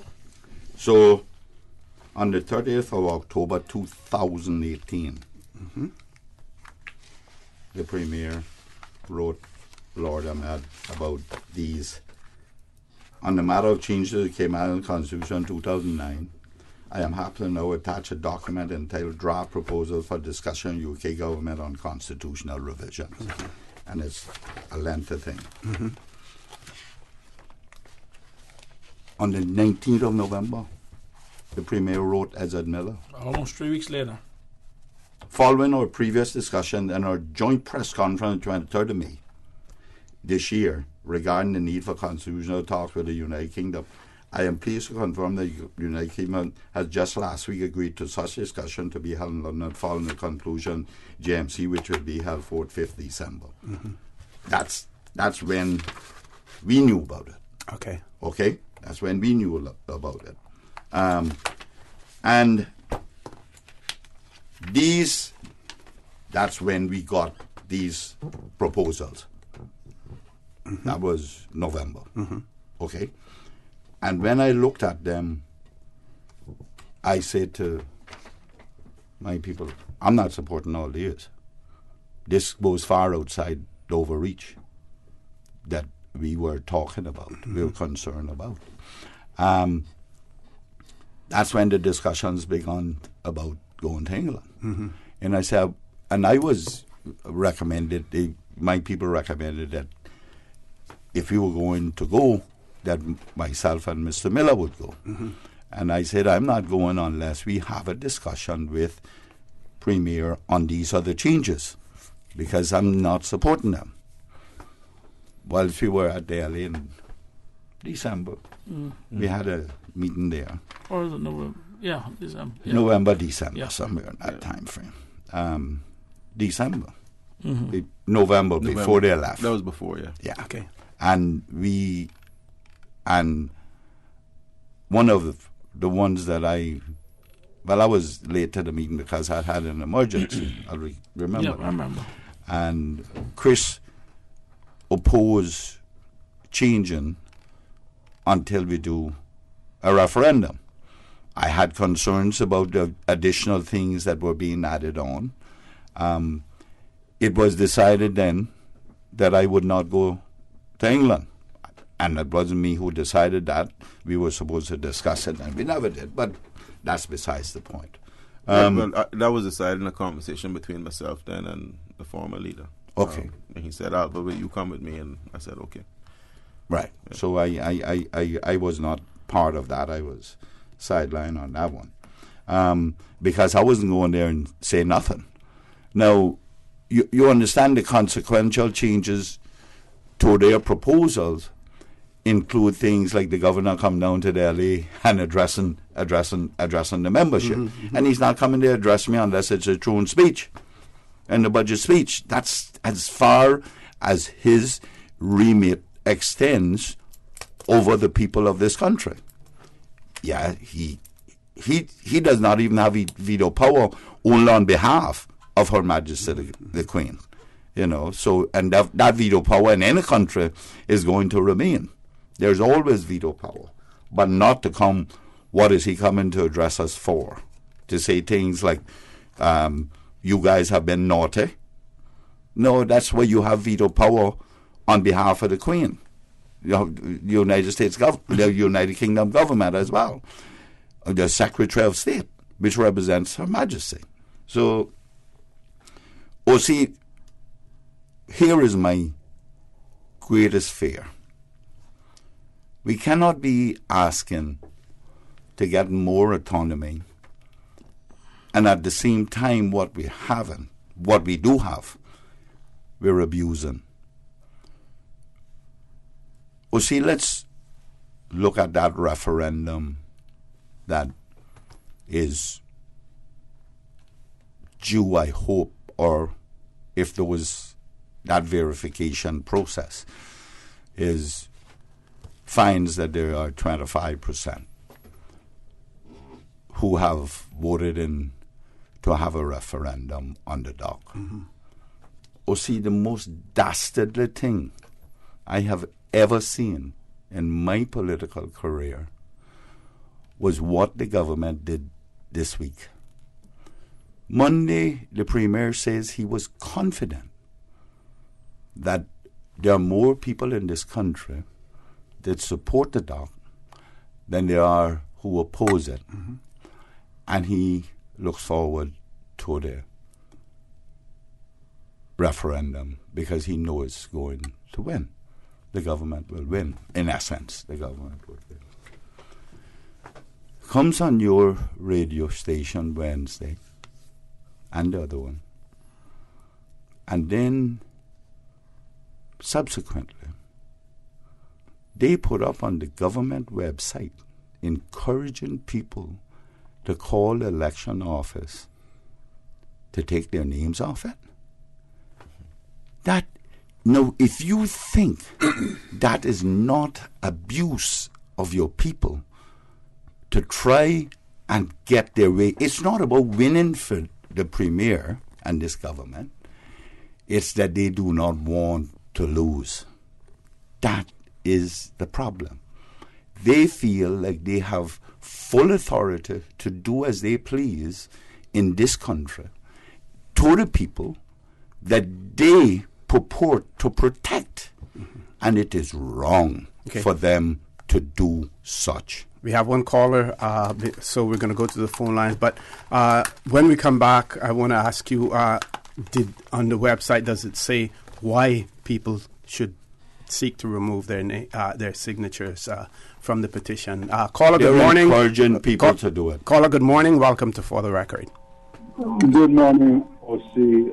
This is Gilbert McLean. Good morning to the opposition MLA. Good morning, Mr. McLean. How are you, sir? Good morning, Mr. McLean. I'm doing well, thank you. If I may just flip back a minute or two, it is to the letter that Mr. Chris Saunders read, and indeed he is a representative in the constituency that I live in. I think that he could be well advised to publish that letter through his use of WhatsApp, as I know he does. He makes statements through that and also on Facebook, because I think that speaks for itself, although he has the right to make comments on it and point out whatever he will. But I think that screams a certain hypocrisy that is playing out right now here in Cayman with other matters that are taking place. And, also the side letter. I mean, how many places in the world that there is a change of a constitution and the production of a new constitution, and there is a side letter to it.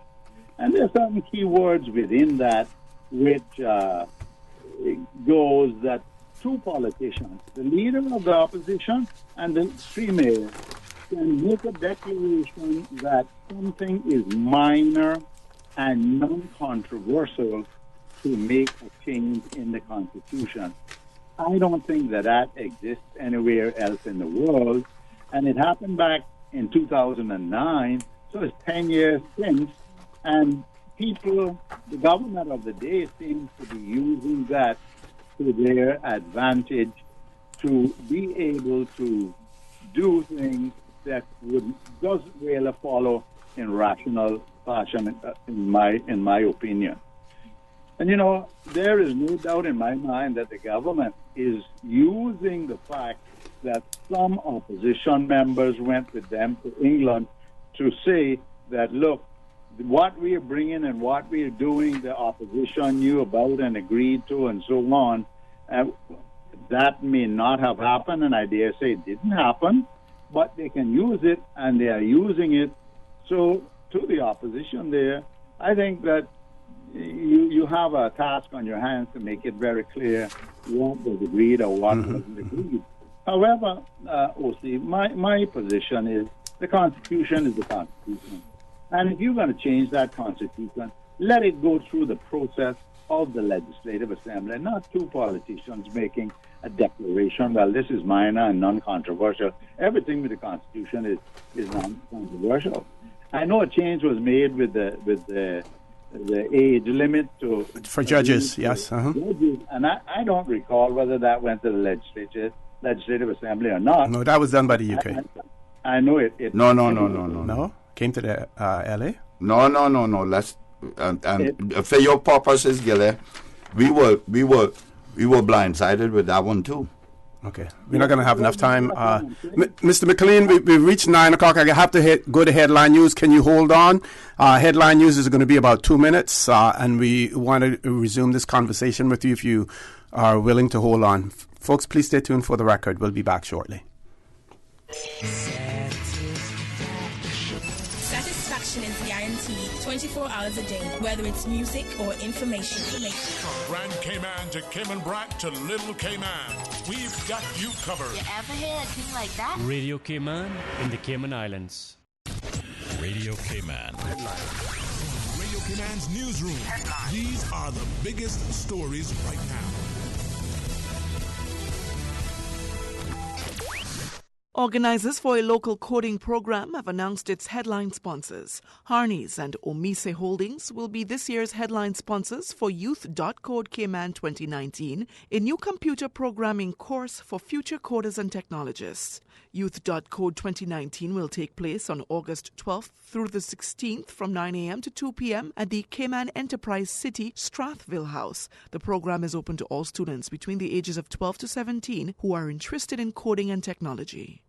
Good morning, I'm Dion Anglin with your headlines and news elsewhere. Indonesia's authorities have urged people living near the coast to move to higher ground after a powerful earthquake off the island of Java. Officials said the quake, estimated by U.S. monitors at magnitude 6.8, had the potential to generate a tsunami. It reportedly struck at a depth of 27 miles.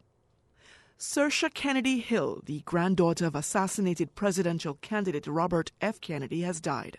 Emergency services was called to the Kennedy residence in Hyannisport, Massachusetts on Thursday. The 22-year-old was pronounced dead at Cape Cod Hospital. She was the daughter of Robert and Ethel Kennedy's fifth child, Courtney. The Kennedy family has seen a number of tragedies, including the assassination of Saoirse's grandfather in 1968.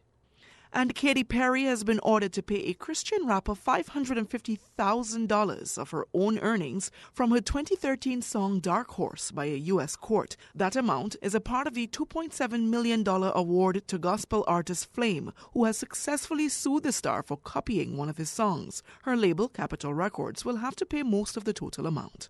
That's a wrap of your headlines. I'm Dion Anglin. Radio Cayman, the voice of the Cayman Islands. What's happening in your community? News and information, music and more. You can find us. www.radiocayman.gov.ky. Like us on Facebook and follow us on Twitter. Radio Cayman is your choice, your voice for today's biggest news. Radio Cayman.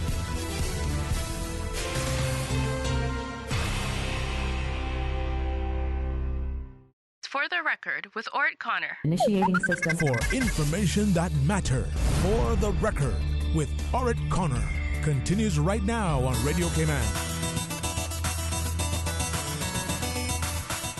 Good morning and welcome back to For the Record. I believe that our caller, Mr. McLean, is still with us. Mr. McLean, go right ahead, sir. Yes, thank you.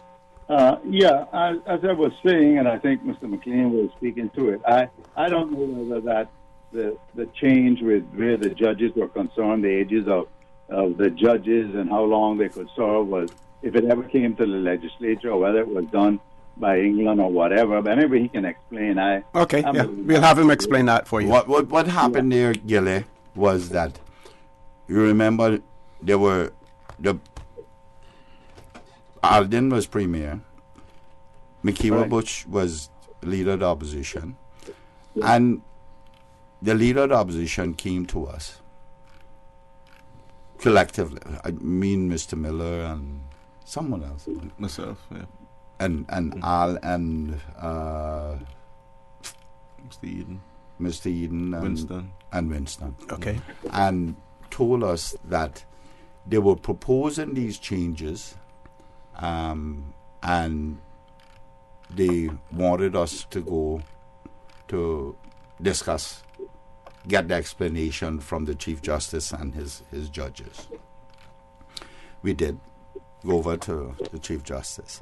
And I made it very clear that I supported them because it was administrative stuff. that the Chief Justice should be able to do that because of the long drawn out thing. If the staff does anything, it'll go through the commission and the like. So these are the kind of tweaks I believe that needs to happen in any document. But we were under the impression that we were going to debate it in the Legislative Assembly. The next thing I know, it was gazetted. It was an order which was gazetted. And Mr. Miller and I must tell you, Mr. Miller and I were totally shocked when we understood, and we even discussed it with the Premier and in an informal setting, of course, that we were unaware that we were not going to have it debated in the legislature. This is the type of thing that's in play now, which I think is very similar. The government is simply trying to proceed to do something like that again, and I have no doubt that they're going to sing the song about, well, the opposition knew, the opposition agreed, and so on. But, the thing that amazes me is the governor making a statement that I believe somehow it sticks in my mind there are going to be 8 changes, and he hopes the country will be satisfied with them. And one of them is an additional minister and an additional ministry. How can they be considered as minor and non-controversial? Exactly. And, they are just going on their way, doing these things, and somewhere like now, I believe that yourselves as the opposing force, which is part of a government, needs to be heard, needs to be felt, to put a stop to this, and the public needs to know what it is that's hanging out there that the government or the UK government has agreed to. And one last word on what I have to say, is they didn't agree to that for nothing. The government has agreed with them with something that they want. They are not going to be all love-dovey without something that we're not hearing about. And I personally, as one of John's citizens, I have my concerns about things that are done behind closed doors and matters which are as serious as what happens to the Constitution. And as one or two of you this morning have pointed out, there are things that are already in the Constitution which need to be implemented that are untouched, which will make a difference in the governance. And they want more power? No, sir. Exactly. Anyway, thank you. Thank you very much. And to add to that discussion, when we left the UK, I was under the understanding that there would be further follow-up talks. That was not the end of the negotiation. I haven't had any update. I haven't had any continued talks with anyone. I haven't had anything other than when I heard the governor make his announcement at the function. Well, it'll be interesting to see how committed the UK, how committed they are in relation to transparency and whether or not the people of the Cayman Islands should have their say, as far as changes to the Constitution. Well, let me just say, O.C., and you have to give credit where it's due. In the document that Mr. Miller provided to us on the December the 16th, 2018, the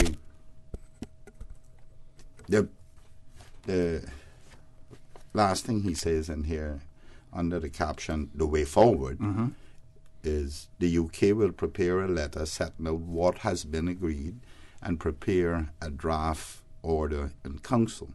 In Council. Once these documents have been received in Cayman, the Legislative Assembly is to debate the proposed changes by way of a motion. Okay.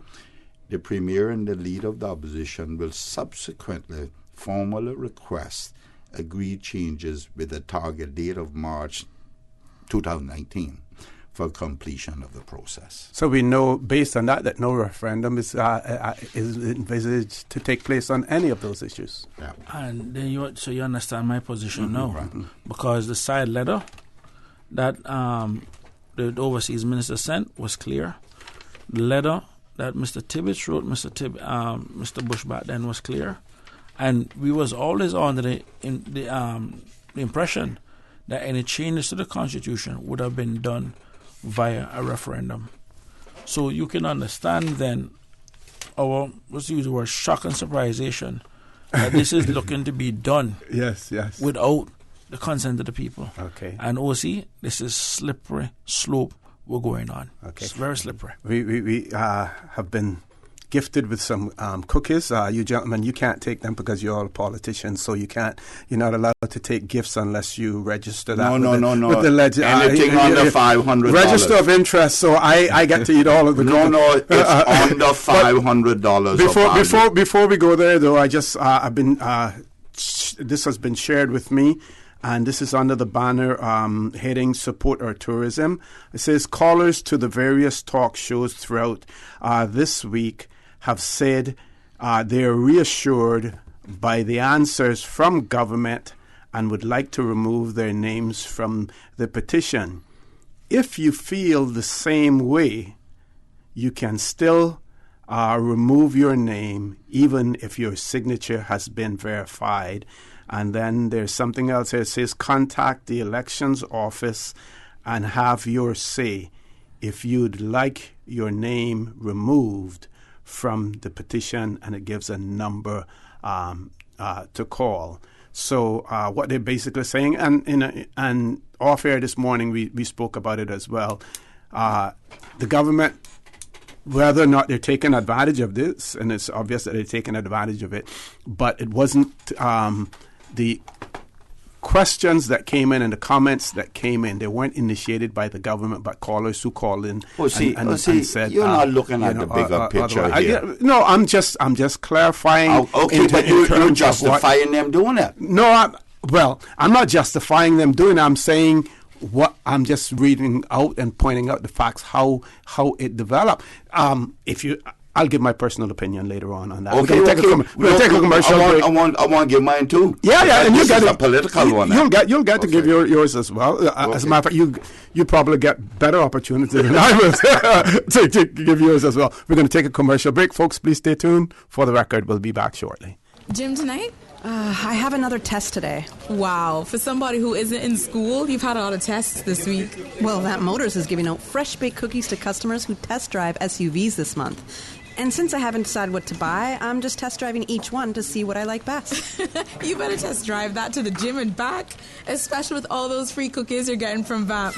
Take a test drive for a sweet surprise this August at Vamp Motors. Test drive any SUV and receive a freshly baked cookie. It's our way of saying thanks for dropping by to check out our huge sale on every SUV in stock. Save up to $4,400 during Vamp's summer SUV sale. Now through the end of August. That's every SUV in stock on sale. Save up to $4,400 or put the savings towards upgrading your vehicle. Sweeten the deal with Vamp Motors, Walkers Road.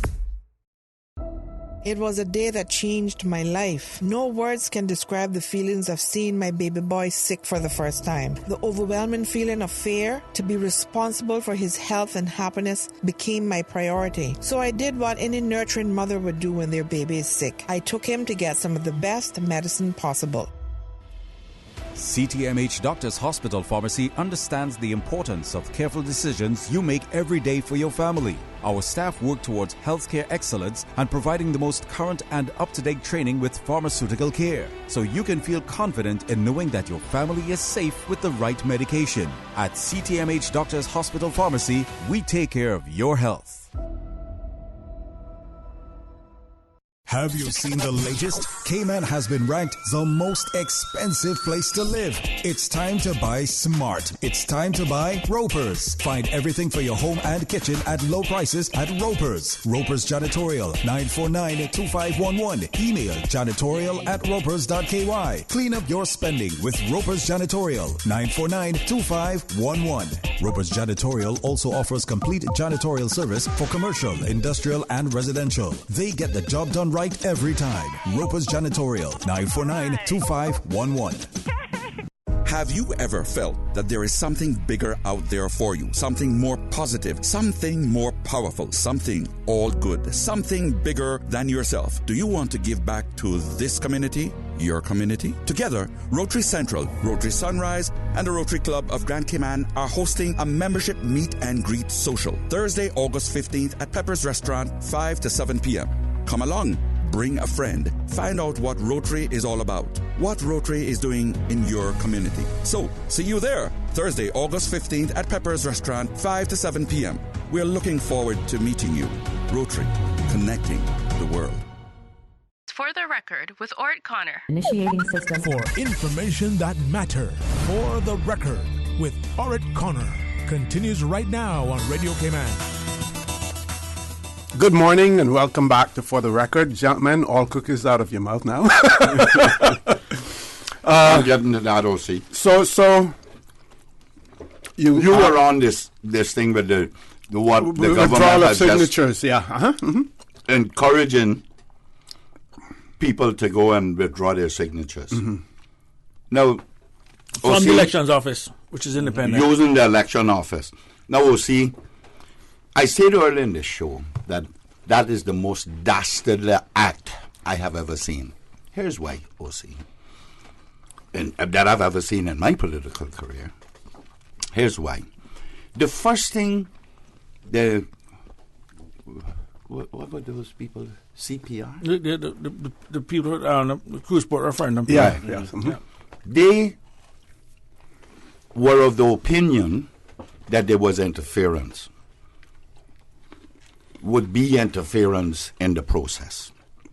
I thought it was so important that I went and saw the governor.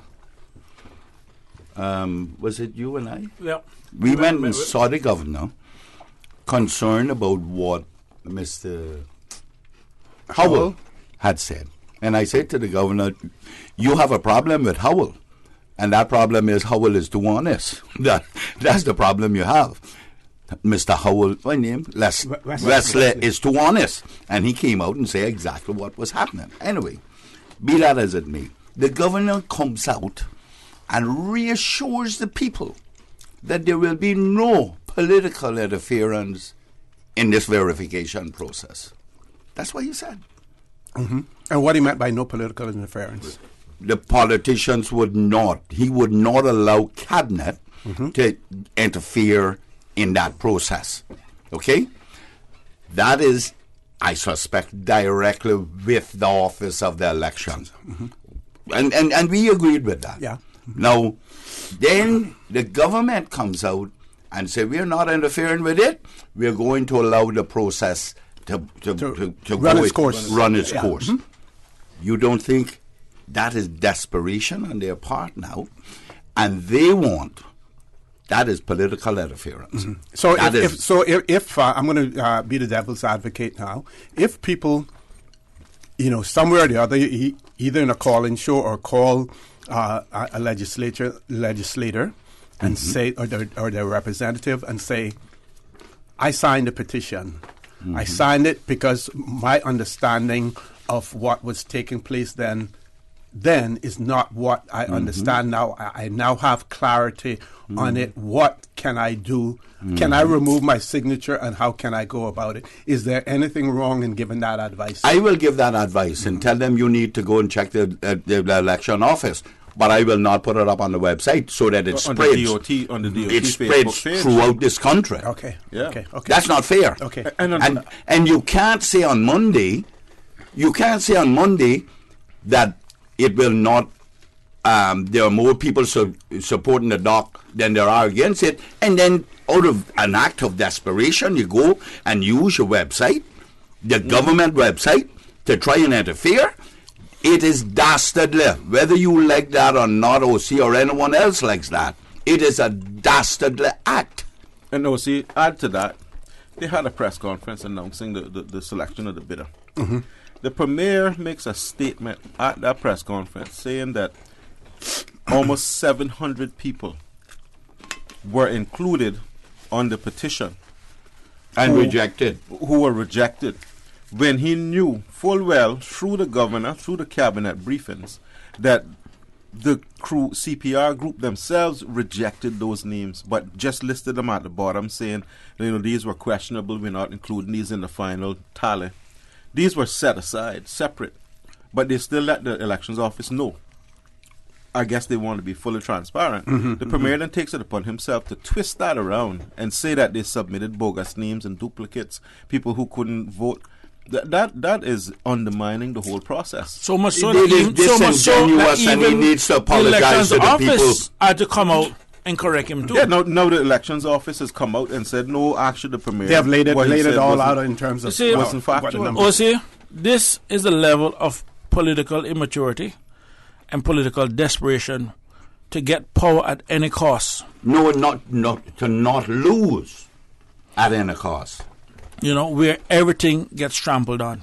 And this is what I have a fundamental problem with. And I can tell you, I had my reservations already concerning, like I said, some of the changes to the Constitution.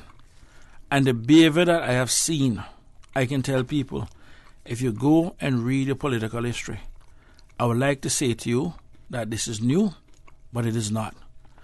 You can go back and you can see this history being done in Jamaica prior to independence. You can see it in Trinidad prior to independence. You can see it in Barbados prior to independence. You can see it in Bahamas, Grenada, St. Kitts. You can see it in all of them prior to independence. And when you're trying to take the Constitution to give yourself more power, and with a wanton disregard to Part 8 of the Constitution that deals with institutions supporting democracy, it is very important for us as a people, because I am telling you, OC, with the mindset that these people have, if we go and we give politicians more power, I'm going to tell you, we're going to become a very corrupt country, or in some cases, more corrupt. And this is what it is that we cannot allow to happen. And OC, we all know how our Constitution works.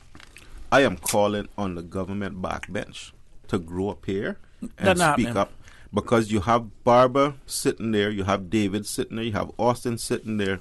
They are not saying a word, and they know that what the Premier is doing is wrong. They are afraid to speak up. They are controlled, and they are part of the problem. If they do not stand up for the good governance of this country and call out their own Premier, when he oversteps, he's overreaching. He complains about overreaching, and he's overreaching. And they refuse to do anything about it. They will sit there quietly and be part of the problem.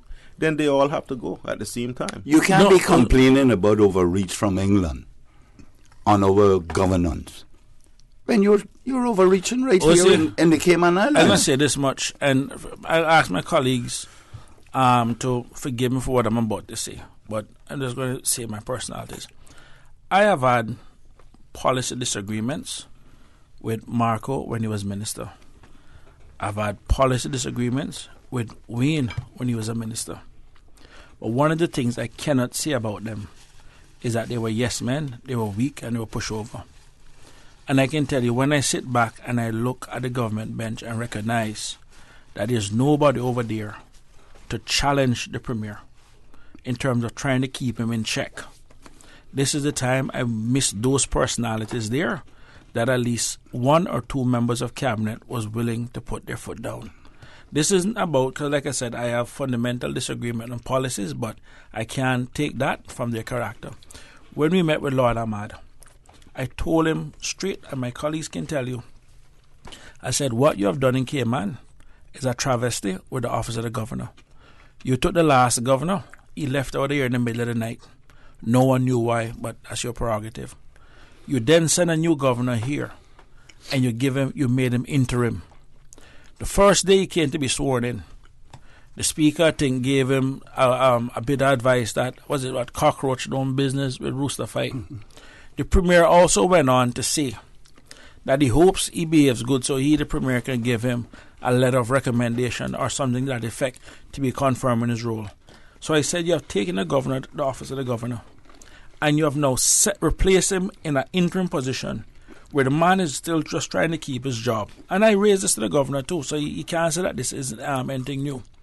And you have weakened him And I told thing that I said, as bad as you may say of Duncan Taylor, this governor was no Duncan Taylor. At least with Duncan Taylor there, at least I could have said, you know what, regardless of what you agree or disagree, you at least knew that somebody would be able to put their foot down. And I told him, I said, what you have in this country now is the rise of political power more than anything. I know you have seen it now, I think, in today's newspaper, where, again, you see the change with the chief officer. No, everyone knew where I stand political and that, so that's no secret. I'm not going through that. But the point is, when you know having the politicians and everybody start dictating, we are now seeing a shift of power in this country from the governor's office to the politician. And nothing wrong with that, as long as we have the requisite and the necessary checks on balances where the politicians are concerned. And what we have right now is unchecked politicians. And OC, this is a recipe for disaster that we cannot allow to continue and set foot in this country. Okay, I need to share some comments from our listeners as well. This one says, thank you for your service to this country, and that's to the Leader of the Opposition, Deputy Leader, and Mr. Saunders. Says it is so important that we hear these discussions from one who has had to deal with persons who are less than honorable. I encourage you to stand strong, stay focused, and know how important you are to our Cayman Islands. The other person says, has written and said, it is very shady. It is a very shady way when the amendment was made to increase the age of retirement for judges. It was pure discrimination against the civil service. Why has no one challenged this, including the Civil Service Association, so others can work to that age? A crying shame, the lack of the will of the politicians and the people. Sir OC, I just want to add one thing there. There is a motion that I filed, that the opposition filed, to increase the retirement age for civil servants to 70. And if people do understand, part of that is that within the private sector itself, there is no retirement age. All you have is a pension law that says you can stop contributing at 60. At 65. Eligibility. But what we have right now is massive discrimination within the private sector on people after they reach a certain age, simply because the health insurance cost is too much. And businesses are doing that to push people through the door just to not pay for their to pay those health insurance costs. So there is a level of discrimination that is going on within the community, and it is against the elderly within our society, and that needs to stop. And one of the things I do recognize, I mean, because of the civil service and the pension plans that they have, this is not just a run-of-the-mill exercise, but I can tell you, and to give credit where credit is due, we did meet with the representative of the civil service, particularly the deputy governor and Ms. Gloria McField Nixon, and I can say, I don't want to speak out of turn, but they were open to looking into that possibility of what could be done. But I do recognize that due to the government pension plan and also succession plan and everything, we're an organization of 4,000 people. It just doesn't happen overnight. But I can say, I'm not speaking in turn, that they were open to the idea of looking into it, of what needs to be done. And my point is, you give it to the judges. You know what I mean? They're also civil servants too. You should be given to the others. And equally so, OC, why this became an issue for me, and on a more personal note too, we have a mortality rate of women in this country, which is 55% of the population of 84. When you push somebody out at 65, that's 19 more years to go. And if you look at the pension law and how everything is set up, and bear in mind that if you work for 50 years, you'd have only, in a sense, say 5 years worth of salary. What do you do for the other 14 years? You know what I mean? So it is an overall conversation that we need to have, and part of our job as legislators is to put these issues out there, have the national discussion to move these things forward. But my issue comes back to the governance, and I'm going to say this right now. The governor needs to understand that with that statement being made, his office is being continued to become more and more impotent. Because what he said wasn't going to happen, again, the politicians have went and have challenged him outright. And the governor cannot just sit back and leave Mr. Howell alone to deal with this issue.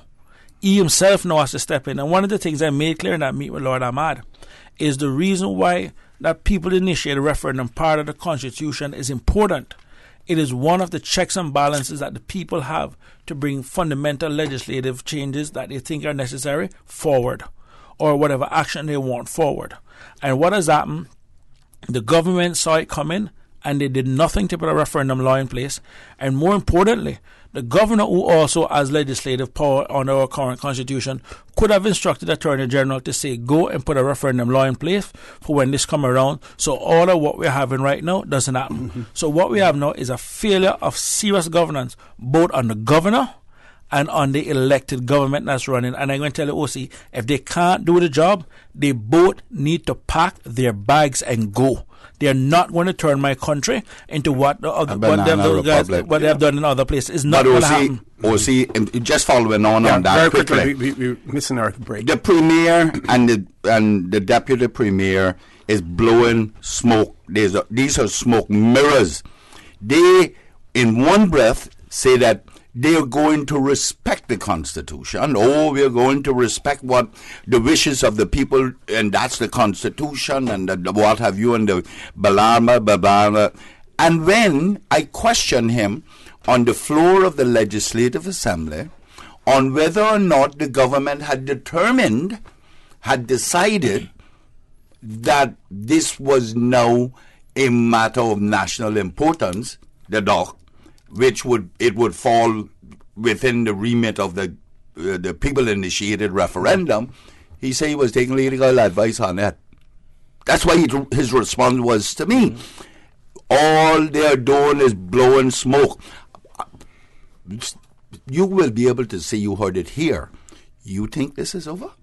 You really think this is over? And I'm talking about the abuse of the people who wish to have the referendum. You think it's over? But all I can say is, you tell the government to go ahead with their shenanigans. Because if they think they're going to get opposition to it, they made a big mistake. Okay, we have to go to a commercial break. Folks, please stay tuned for the record. We'll be back shortly. Gym tonight? I have another test today. Wow, for somebody who isn't in school, you've had a lot of tests this week. Well, Vamp Motors is giving out fresh baked cookies to customers who test drive SUVs this month. And since I haven't decided what to buy, I'm just test driving each one to see what I like best. You better test drive that to the gym and back, especially with all those free cookies you're getting from Vamp.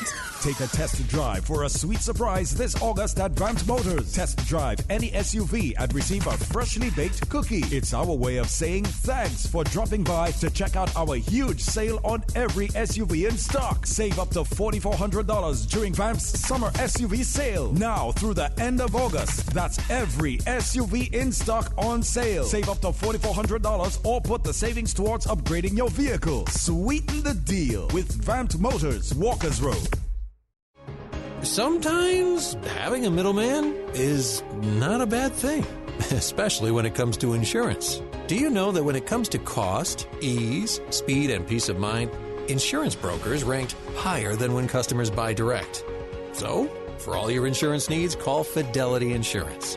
We're the middleman you want. Call us today at 949-7822. Fidelity. We're good for you. At Seaboard Marine, customers often ask us questions about their shipments. I have various items coming from different suppliers that I need to ship to Cayman. Do you offer consolidation? Yes. Seaboard Marine offers consolidation for full and less than container loads. We can hold your packages at our Miami warehouse until everything arrives and ship it all in one go. And we have the best rates to Grand Cayman. Visit seaboardmarine.com for more information. Shipping shore to shore. The Miss Cayman Islands Universe Committee is inviting you to our pageant on 17th August, 7 p.m. at the Ritz-Carlton. The committee continues to empower young Caymanian ladies to become role models in the community. So come out and see our 6 beautiful contestants vie for the title of Miss Cayman Islands Universe. The winner will represent us at the Miss Universe pageant. Get your tickets today at Funky Tangs and Sand Angels. For the Record with Orrett Connor. Initiating system. For information that matters. For the Record with Orrett Connor. continues right now on Radio Cayman. Good morning and welcome back to For the Record. In the studio with me, Leader of the Opposition, Honourable Arden McLean, Deputy Leader, Mr. Alva Suku, and MLA, Mr. Christopher Saunders. Just want to mention the fact that I think it was last week, legislative changes went to the Bermuda Parliament in relation to increasing the retirement age for civil servants to 68. 68 years in Bermuda now, so it will be 68, and they got agreement for that as well. What I think we should definitely do is a gradual change. But we'll see, right here in my hand is the Cayman Islands Constitution of 2009. This document gives the governor a lot of power, a lot of responsibility.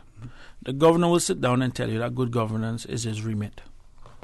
And for that statement to be posted on the government's website, that outright interfere with the referendum process, which is in essence a part of the election process, something that is constitutional guaranteed.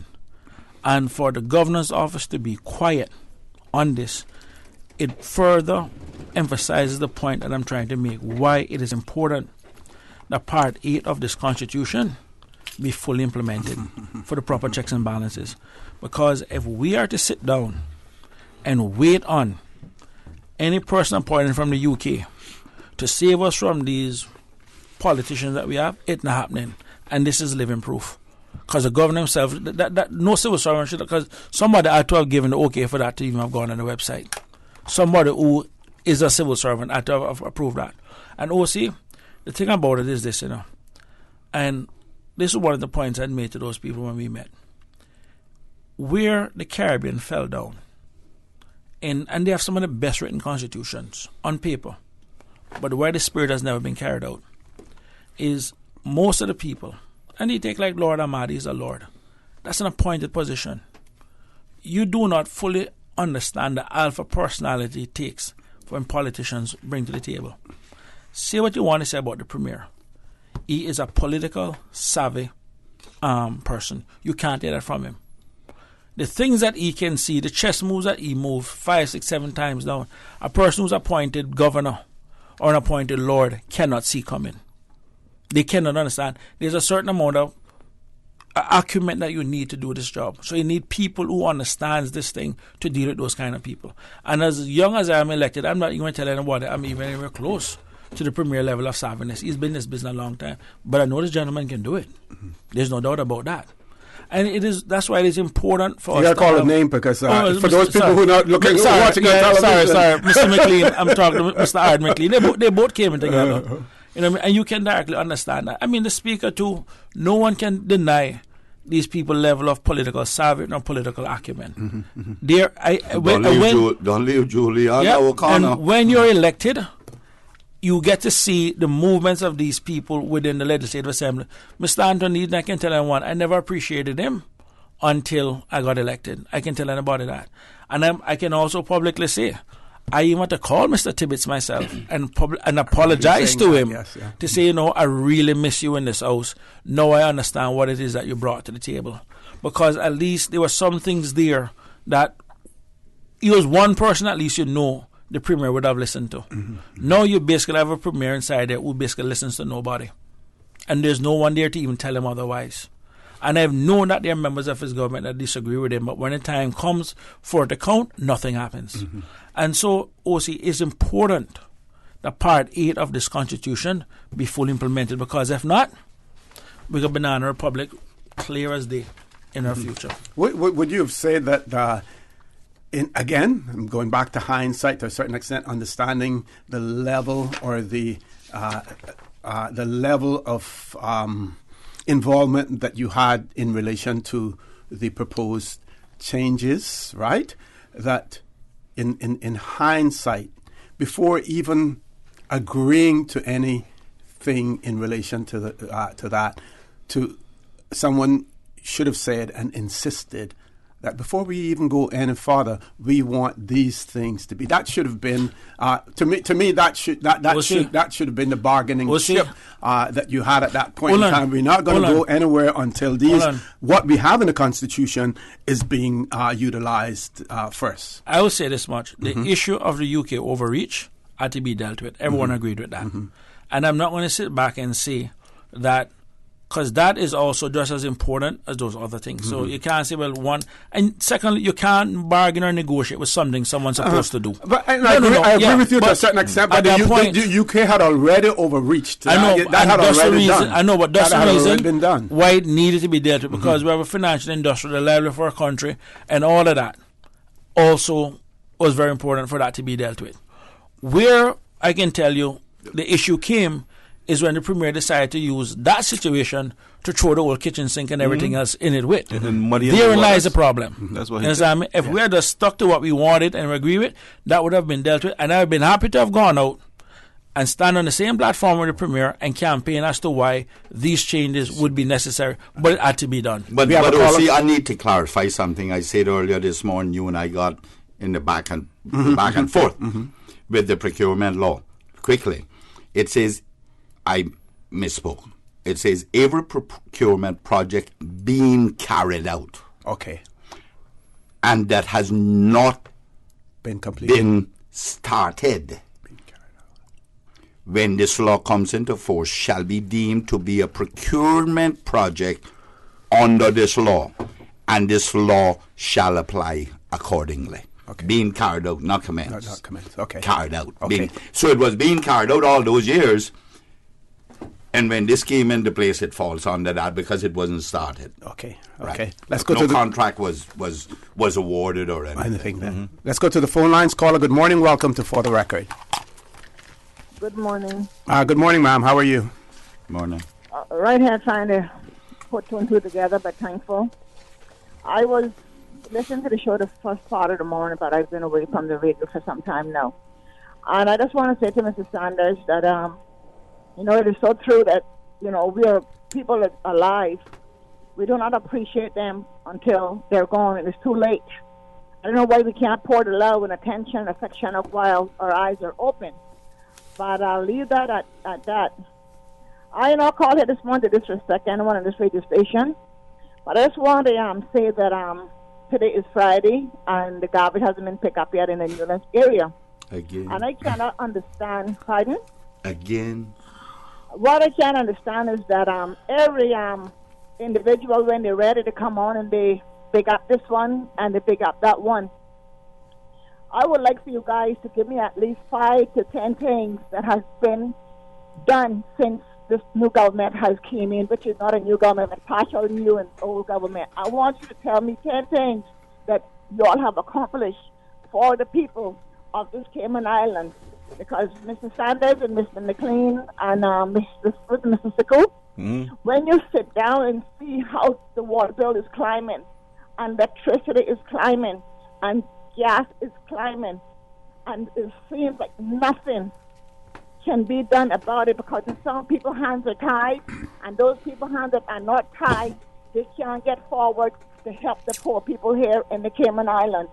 So I just want to say this morning, I don't know where we're going and who we're billing for, but a few Caymanians that is left because they say everybody knows the Caymanians. Well, in my book, no. I raised up pulling water from a well. I raised up going to a cistern for water. And when they're going to bring people here to tell us that we cannot use these waters the more that we still raised up from. We got people who are 90 years old that was living off of well water and cistern water, and they are still alive here in the Cayman Islands. And to see that a lot of people are going to have their water cut off between now and December. Kids going back to school. Kids are home, punishing in the heat. Can't get sufficient and plenty, I would say, snacks and stuff to have on their table that they're home, and then they got to sit down in a hot house because they can't burn the air condition and they can't burn the fan because then the electricity is climbing. They can't use so much water because the water bill is too high, and the mother going to make a choice to buy food or pay the mortgage this August here and put the kids back in school.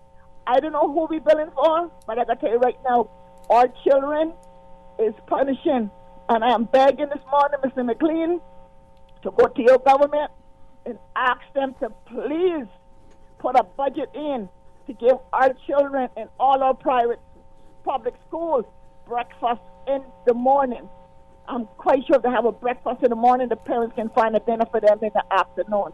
Finding money for 3 different things on a daily basis from a mother and a father is not hard. Some mothers are fathers and mothers all in one. So I just leave that with you guys this morning. I thank you so much for taking my call. Thank you very much, caller, for that. We're going to take our last commercial break. When we return, For the Record will continue, so please stay tuned. Customers often ask us questions about their shipments. Hi, I'm thinking of buying a car from the States. Which port do you ship out of? Hi, we ship out of Miami, Houston, and Brooklyn. Just let us know your port of choice and we can provide you with a quotation and answer any questions you may have on insuring and protecting your vehicle during its journey. Shipping shore to shore, seaboard. Have you ever felt that there is something bigger out there for you? Something more positive, something more powerful, something all good, something bigger than yourself? Do you want to give back to this community? Your community? Together, Rotary Central, Rotary Sunrise, and the Rotary Club of Grand Cayman are hosting a membership meet and greet social Thursday, August 15th at Pepper's Restaurant, 5 to 7 p.m. Come along, bring a friend, find out what Rotary is all about, what Rotary is doing in your community. So, see you there, Thursday, August 15th at Pepper's Restaurant, 5 to 7 p.m. We're looking forward to meeting you. Rotary, connecting the world. Hey, are those new glasses on Will? Yeah, we went to Optical Outlook. Wham, bam, easy exam. Finally, an exam he could pass. And we had the glasses the next day. Easiest part of our back-to-school shopping for sure. Book your child's eye exam today at Optical Outlook. Call 746-2020. Get half off a complete pair of glasses with any student's eye exam now until August 31st. Come see the difference with Optical Outlook, located in Caymanian Village. For the Record with Orrett Connor. Initiating system. For information that matters. For the Record with Orrett Connor continues right now on Radio Cayman. Good morning and welcome back to For the Record. We're on the last leg of the show this morning. Miss Kate, I know you're still listening. I can't get any cookies for myself. The put them too far away. The MLAs here are enjoying them so much I can't get any for myself. That's why I want to try to cut this show short this morning so I can get them. But, I must tell you. Thank you very much again, Miss Kate. I must tell you, he also won't be up to the 500. And we've not Chris, break my fast. I do this intermittent fasting. And I don't like sweet. I never did like sweet, but I don't know who the lady is, but you can thank her. Miss Katie, she works at Vamp Motors. She used to be at Home Gas.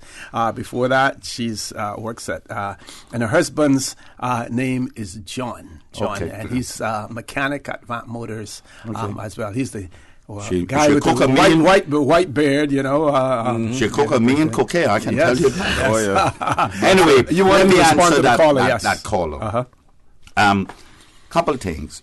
The lady said that we should, if we could list 10 things that you all have done, the government. Well, it's not us. It's not the opposition.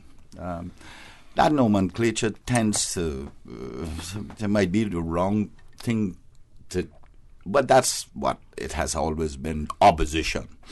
But it's the government of the day. The government that is elected or put in place, as the case may be, by virtue of agreements between members that hold the purse strings, and they are the ones who will make the lives of people better or worse. It is that governance that we have been talking about here all morning that will make the difference in people's lives. We were all elected individually and collectively in many instances when it comes to the party thing, to represent, and the objective of people going with a pencil to the polls to mark for somebody, in this case now we can only do one, for somebody, it is about making life better. No one goes to the polls to vote for the country. It is about, I know that person can make my life better. And that is how it is. That is democracy. Nothing unique to it in Cayman. You don't go and say country. You talk about yourself. And there are many examples of that. And because I know this government, its actions or inactions, has brought additional hardship on the average person in this country, and in particular my constituency, which is a rural constituency. That is why on the 17th of August, I'm having a fun day for the kids in East End, where I will give every child their school supplies to ease up the burden on the people of my constituency because of the actions or inactions of this government.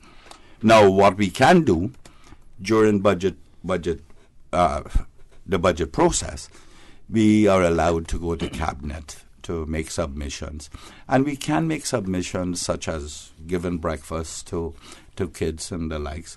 But people are hurting. People are hurting, and it's the ordinary person that is hurting in this country, and we need to do whatever we can to assist them. Okay, we have two callers. I'm going to try to squeeze them in. Two callers in no time, but we're going to find the time.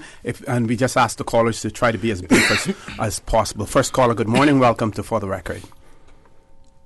Good morning. Good morning. Good morning, gentlemen. It's Alice here. Good morning. Good morning, Miss Alice. Yeah, hi there. Those of us who love the Cayman Islands, truly love the Cayman Islands, have so much to be concerned about. I'll be very quick now.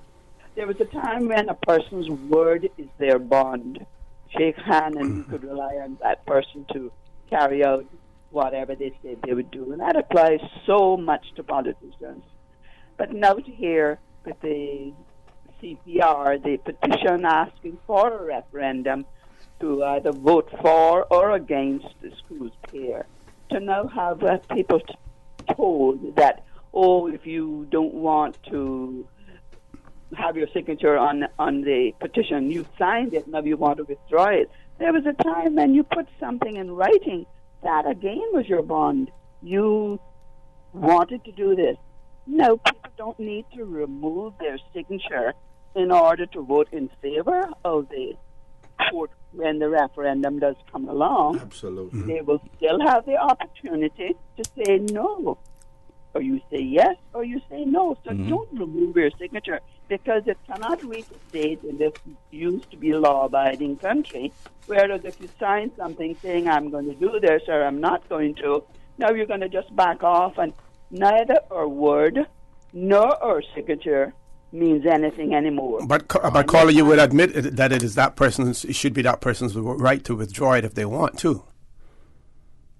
Does the law say that you sign something and you just withdraw it? Yes, there's a way you can get out of the agreement, but then that usually is another agreement, etc. But to be encouraged to take your signature off, I mean, people are saying they didn't understand. I know some people don't understand whatever's going on around them, no matter how clearly you put it in words or what. But then you have the right. Your signature must mean something. Okay, caller. And I'll let you go. There's a lot more I would say. Thank you very much. Thank you very much, caller. And I would hope that there was the same way they're going about this way of verifying signatures. There's some way of verifying people who have taken their signatures off too. It shouldn't just be that you pick up the phone. Otherwise, anyone could. Anyone could do that precisely. Yep. Last caller. Good morning. Welcome to For the Record. Yes, good morning, gentlemen. My morning, sir. Morning. I have a question. Go right ahead. If the government goes ahead and say by the end of this year goes ahead and approves this port of being built, and next year when we have elections and we have a new government, if we do have a new government, will that new government be able to stop this port from being built without being sued by any individuals who might sign a contract with the government in building the port? Good question. Thank you, caller. You can't. No government We have already gone through this scenario. But it's a good, you know. Yeah, we have already. No, I'm just saying we have already gone through this scenario with GLF. Yes. GLF. Once you put your signature on a contractual agreement between you and someone else, there are penalties for you to withdraw that. And a government goes on in perpetuity. You and I may not. Human beings, there's no perpetuity with human beings, but with a government, there is. There is a different human being in place, and we roll them over, but the country goes on. And whatever one government signs as in contract has to be honored by the other government. Now, one government can't hold a successive government in do anything that would bind them. But certainly with contracts, that means the country has agreed with it, and you will have to pay penalties on. And that's in your daily life. If you sign a contract with someone, build your house, and then you want to stop it because you don't like it or whatever the case may be, you're liable. Okay. 3 minutes for wrap up. Give you all an opportunity for closing comments. Well, I mean, OC, I want to thank Ms. Jan for calling in, because what she said confirmed what was raised with on two websites the other day, with Cayman being one of the most expensive places in the world to live. We have a cost of living in this country that is unnecessarily high. And the truth of the fact is, and I was going to just leave it with this because we can be back here again to discuss it. The people that are causing the most hardships on the average Caymanians are the people that donate to the political parties and the politicians. And until we have serious reform in terms of how politicians raise money, a lot of that misery will continue. And that's why I'm very happy, thankful and grateful for the people of Barton West of showing other areas across the country that people can get elected without being owned by the special interests. And that's why I've always tell people, I didn't run on a platform telling people I'm nice, but I'm going to tell you, the banks, the insurance companies, the utilities companies, and supermarkets, many of them are taking advantage of our people. But I pray today that Chris Saunders don't sit on the other side of the Legislative Assembly, because they're going to be held to pay for what they're doing people in this country. And anything about your constituencies that you want to mention? Anything happening in there? Sorry. My back-to-school deadline to getting stuff back to me, I sent a message out about a month ago, is actually today. Okay. Because I'm actually going up now and start buying all the supplies. So for the people of Bunton West who had gotten my message concerning the back-to-school campaign, please remember to submit. And up till this morning, I still saw messages coming in for it. Okay. On the 17th, we have a jolly good time, East Stanley, from 11 till 4. Okay. So. Okay. No, see, I just want to end by saying, you know, they say we have $500 million in development projects in the pipe now. We have a government who will not look at the minimum wage. We have a government who will do nothing about this cheap labor market that is destroying this country. That should answer the question as to what is wrong with Cayman and why we're having these problems with people who are unable to take care of their families. Okay. That is where we need to focus our efforts, and that's where we will focus our efforts. I just want to thank everybody that came out. On Saturday, I had my family fun day, and it was a huge turnout. But I just want to thank all those people who volunteered their time and also gave their resources and also donated to the effort. Right. We managed to give out school supplies to several hundred children. So Excellent. that was something again that we're going to try to do on a regular basis. And I want to encourage everybody to come out and support Mr. McLean with his on the 17th his effort as well. Okay. And we'll be there helping him. I wanted to ask, but we'll leave this for another show. When was Emancipation Day in the Cayman Islands? Did we celebrate it? But Chris and I, yeah, we did. We're going to have a special show on that, as well. We did a little bit years ago. We are still in denial. We're going backwards rather than I can say forward. Last weekend I went to see Dr. Frank's play Downside Up. Really good play, a lot of talent, and kudos to Dr. Frank with that. Mm-hmm. Gentlemen, thank you very much. Well, see, I know you have your little tag, right? I want to leave with mine as well. Help to save the planet and plant a tree. Okay, good. Yeah, I got lots of them in my yard, and So many of them that they cluster together. Yes, please do. Okay, thank you guys. Folks, I want to thank you for allowing Radio Cayman and by extension For the Record into your homes, into your vehicles as you traverse the busy roads of the Cayman Islands into your places of work, whether it be an office cubicle or if you're working in the outdoors. Also want to remind you that we are brothers and our sisters keepers. There is always someone out there who's less fortunate than we are, and I ask you to extend a helping hand. If you can't do that, then I suggest you donate to Worthy Charity, because we always want to consider those who need, not necessarily those who want or even those who crave. I say to you, have a great day. Continue to support your radio station, Radio Cayman. John Sterling, Dwayne Banks at 12:15 for Talk Today. Miss Katie, thanks very much for the cookies. And as usual, we ask the good Lord to bless these three beautiful, wonderful Cayman Islands. For the Record is brought to you by Vamped Motors, the only authorized Ford and Toyota dealership serving the Cayman Islands. Cayman Pharmacy Group, with a location in West Bay and professional pharmacy at CTMH Doctors Hospital. The Cayman Pharmacy Group has a location for you just around the corner. Seaboard Marine, with over 35 shipping ports, find your shipping solution by calling 949-4977 or visit seaboardmarine.com for competitive rates. Rotary Central, for more than 110 years, Rotary members have used their passion, energy, and intelligence to take action on sustainable projects. Fidelity Bank, for all your banking needs, visit fidelitygroup.com. Fidelity, we're good for you. And Roper's Janitorial, complete janitorial service for commercial, industrial, and residential. They get the job done right every time.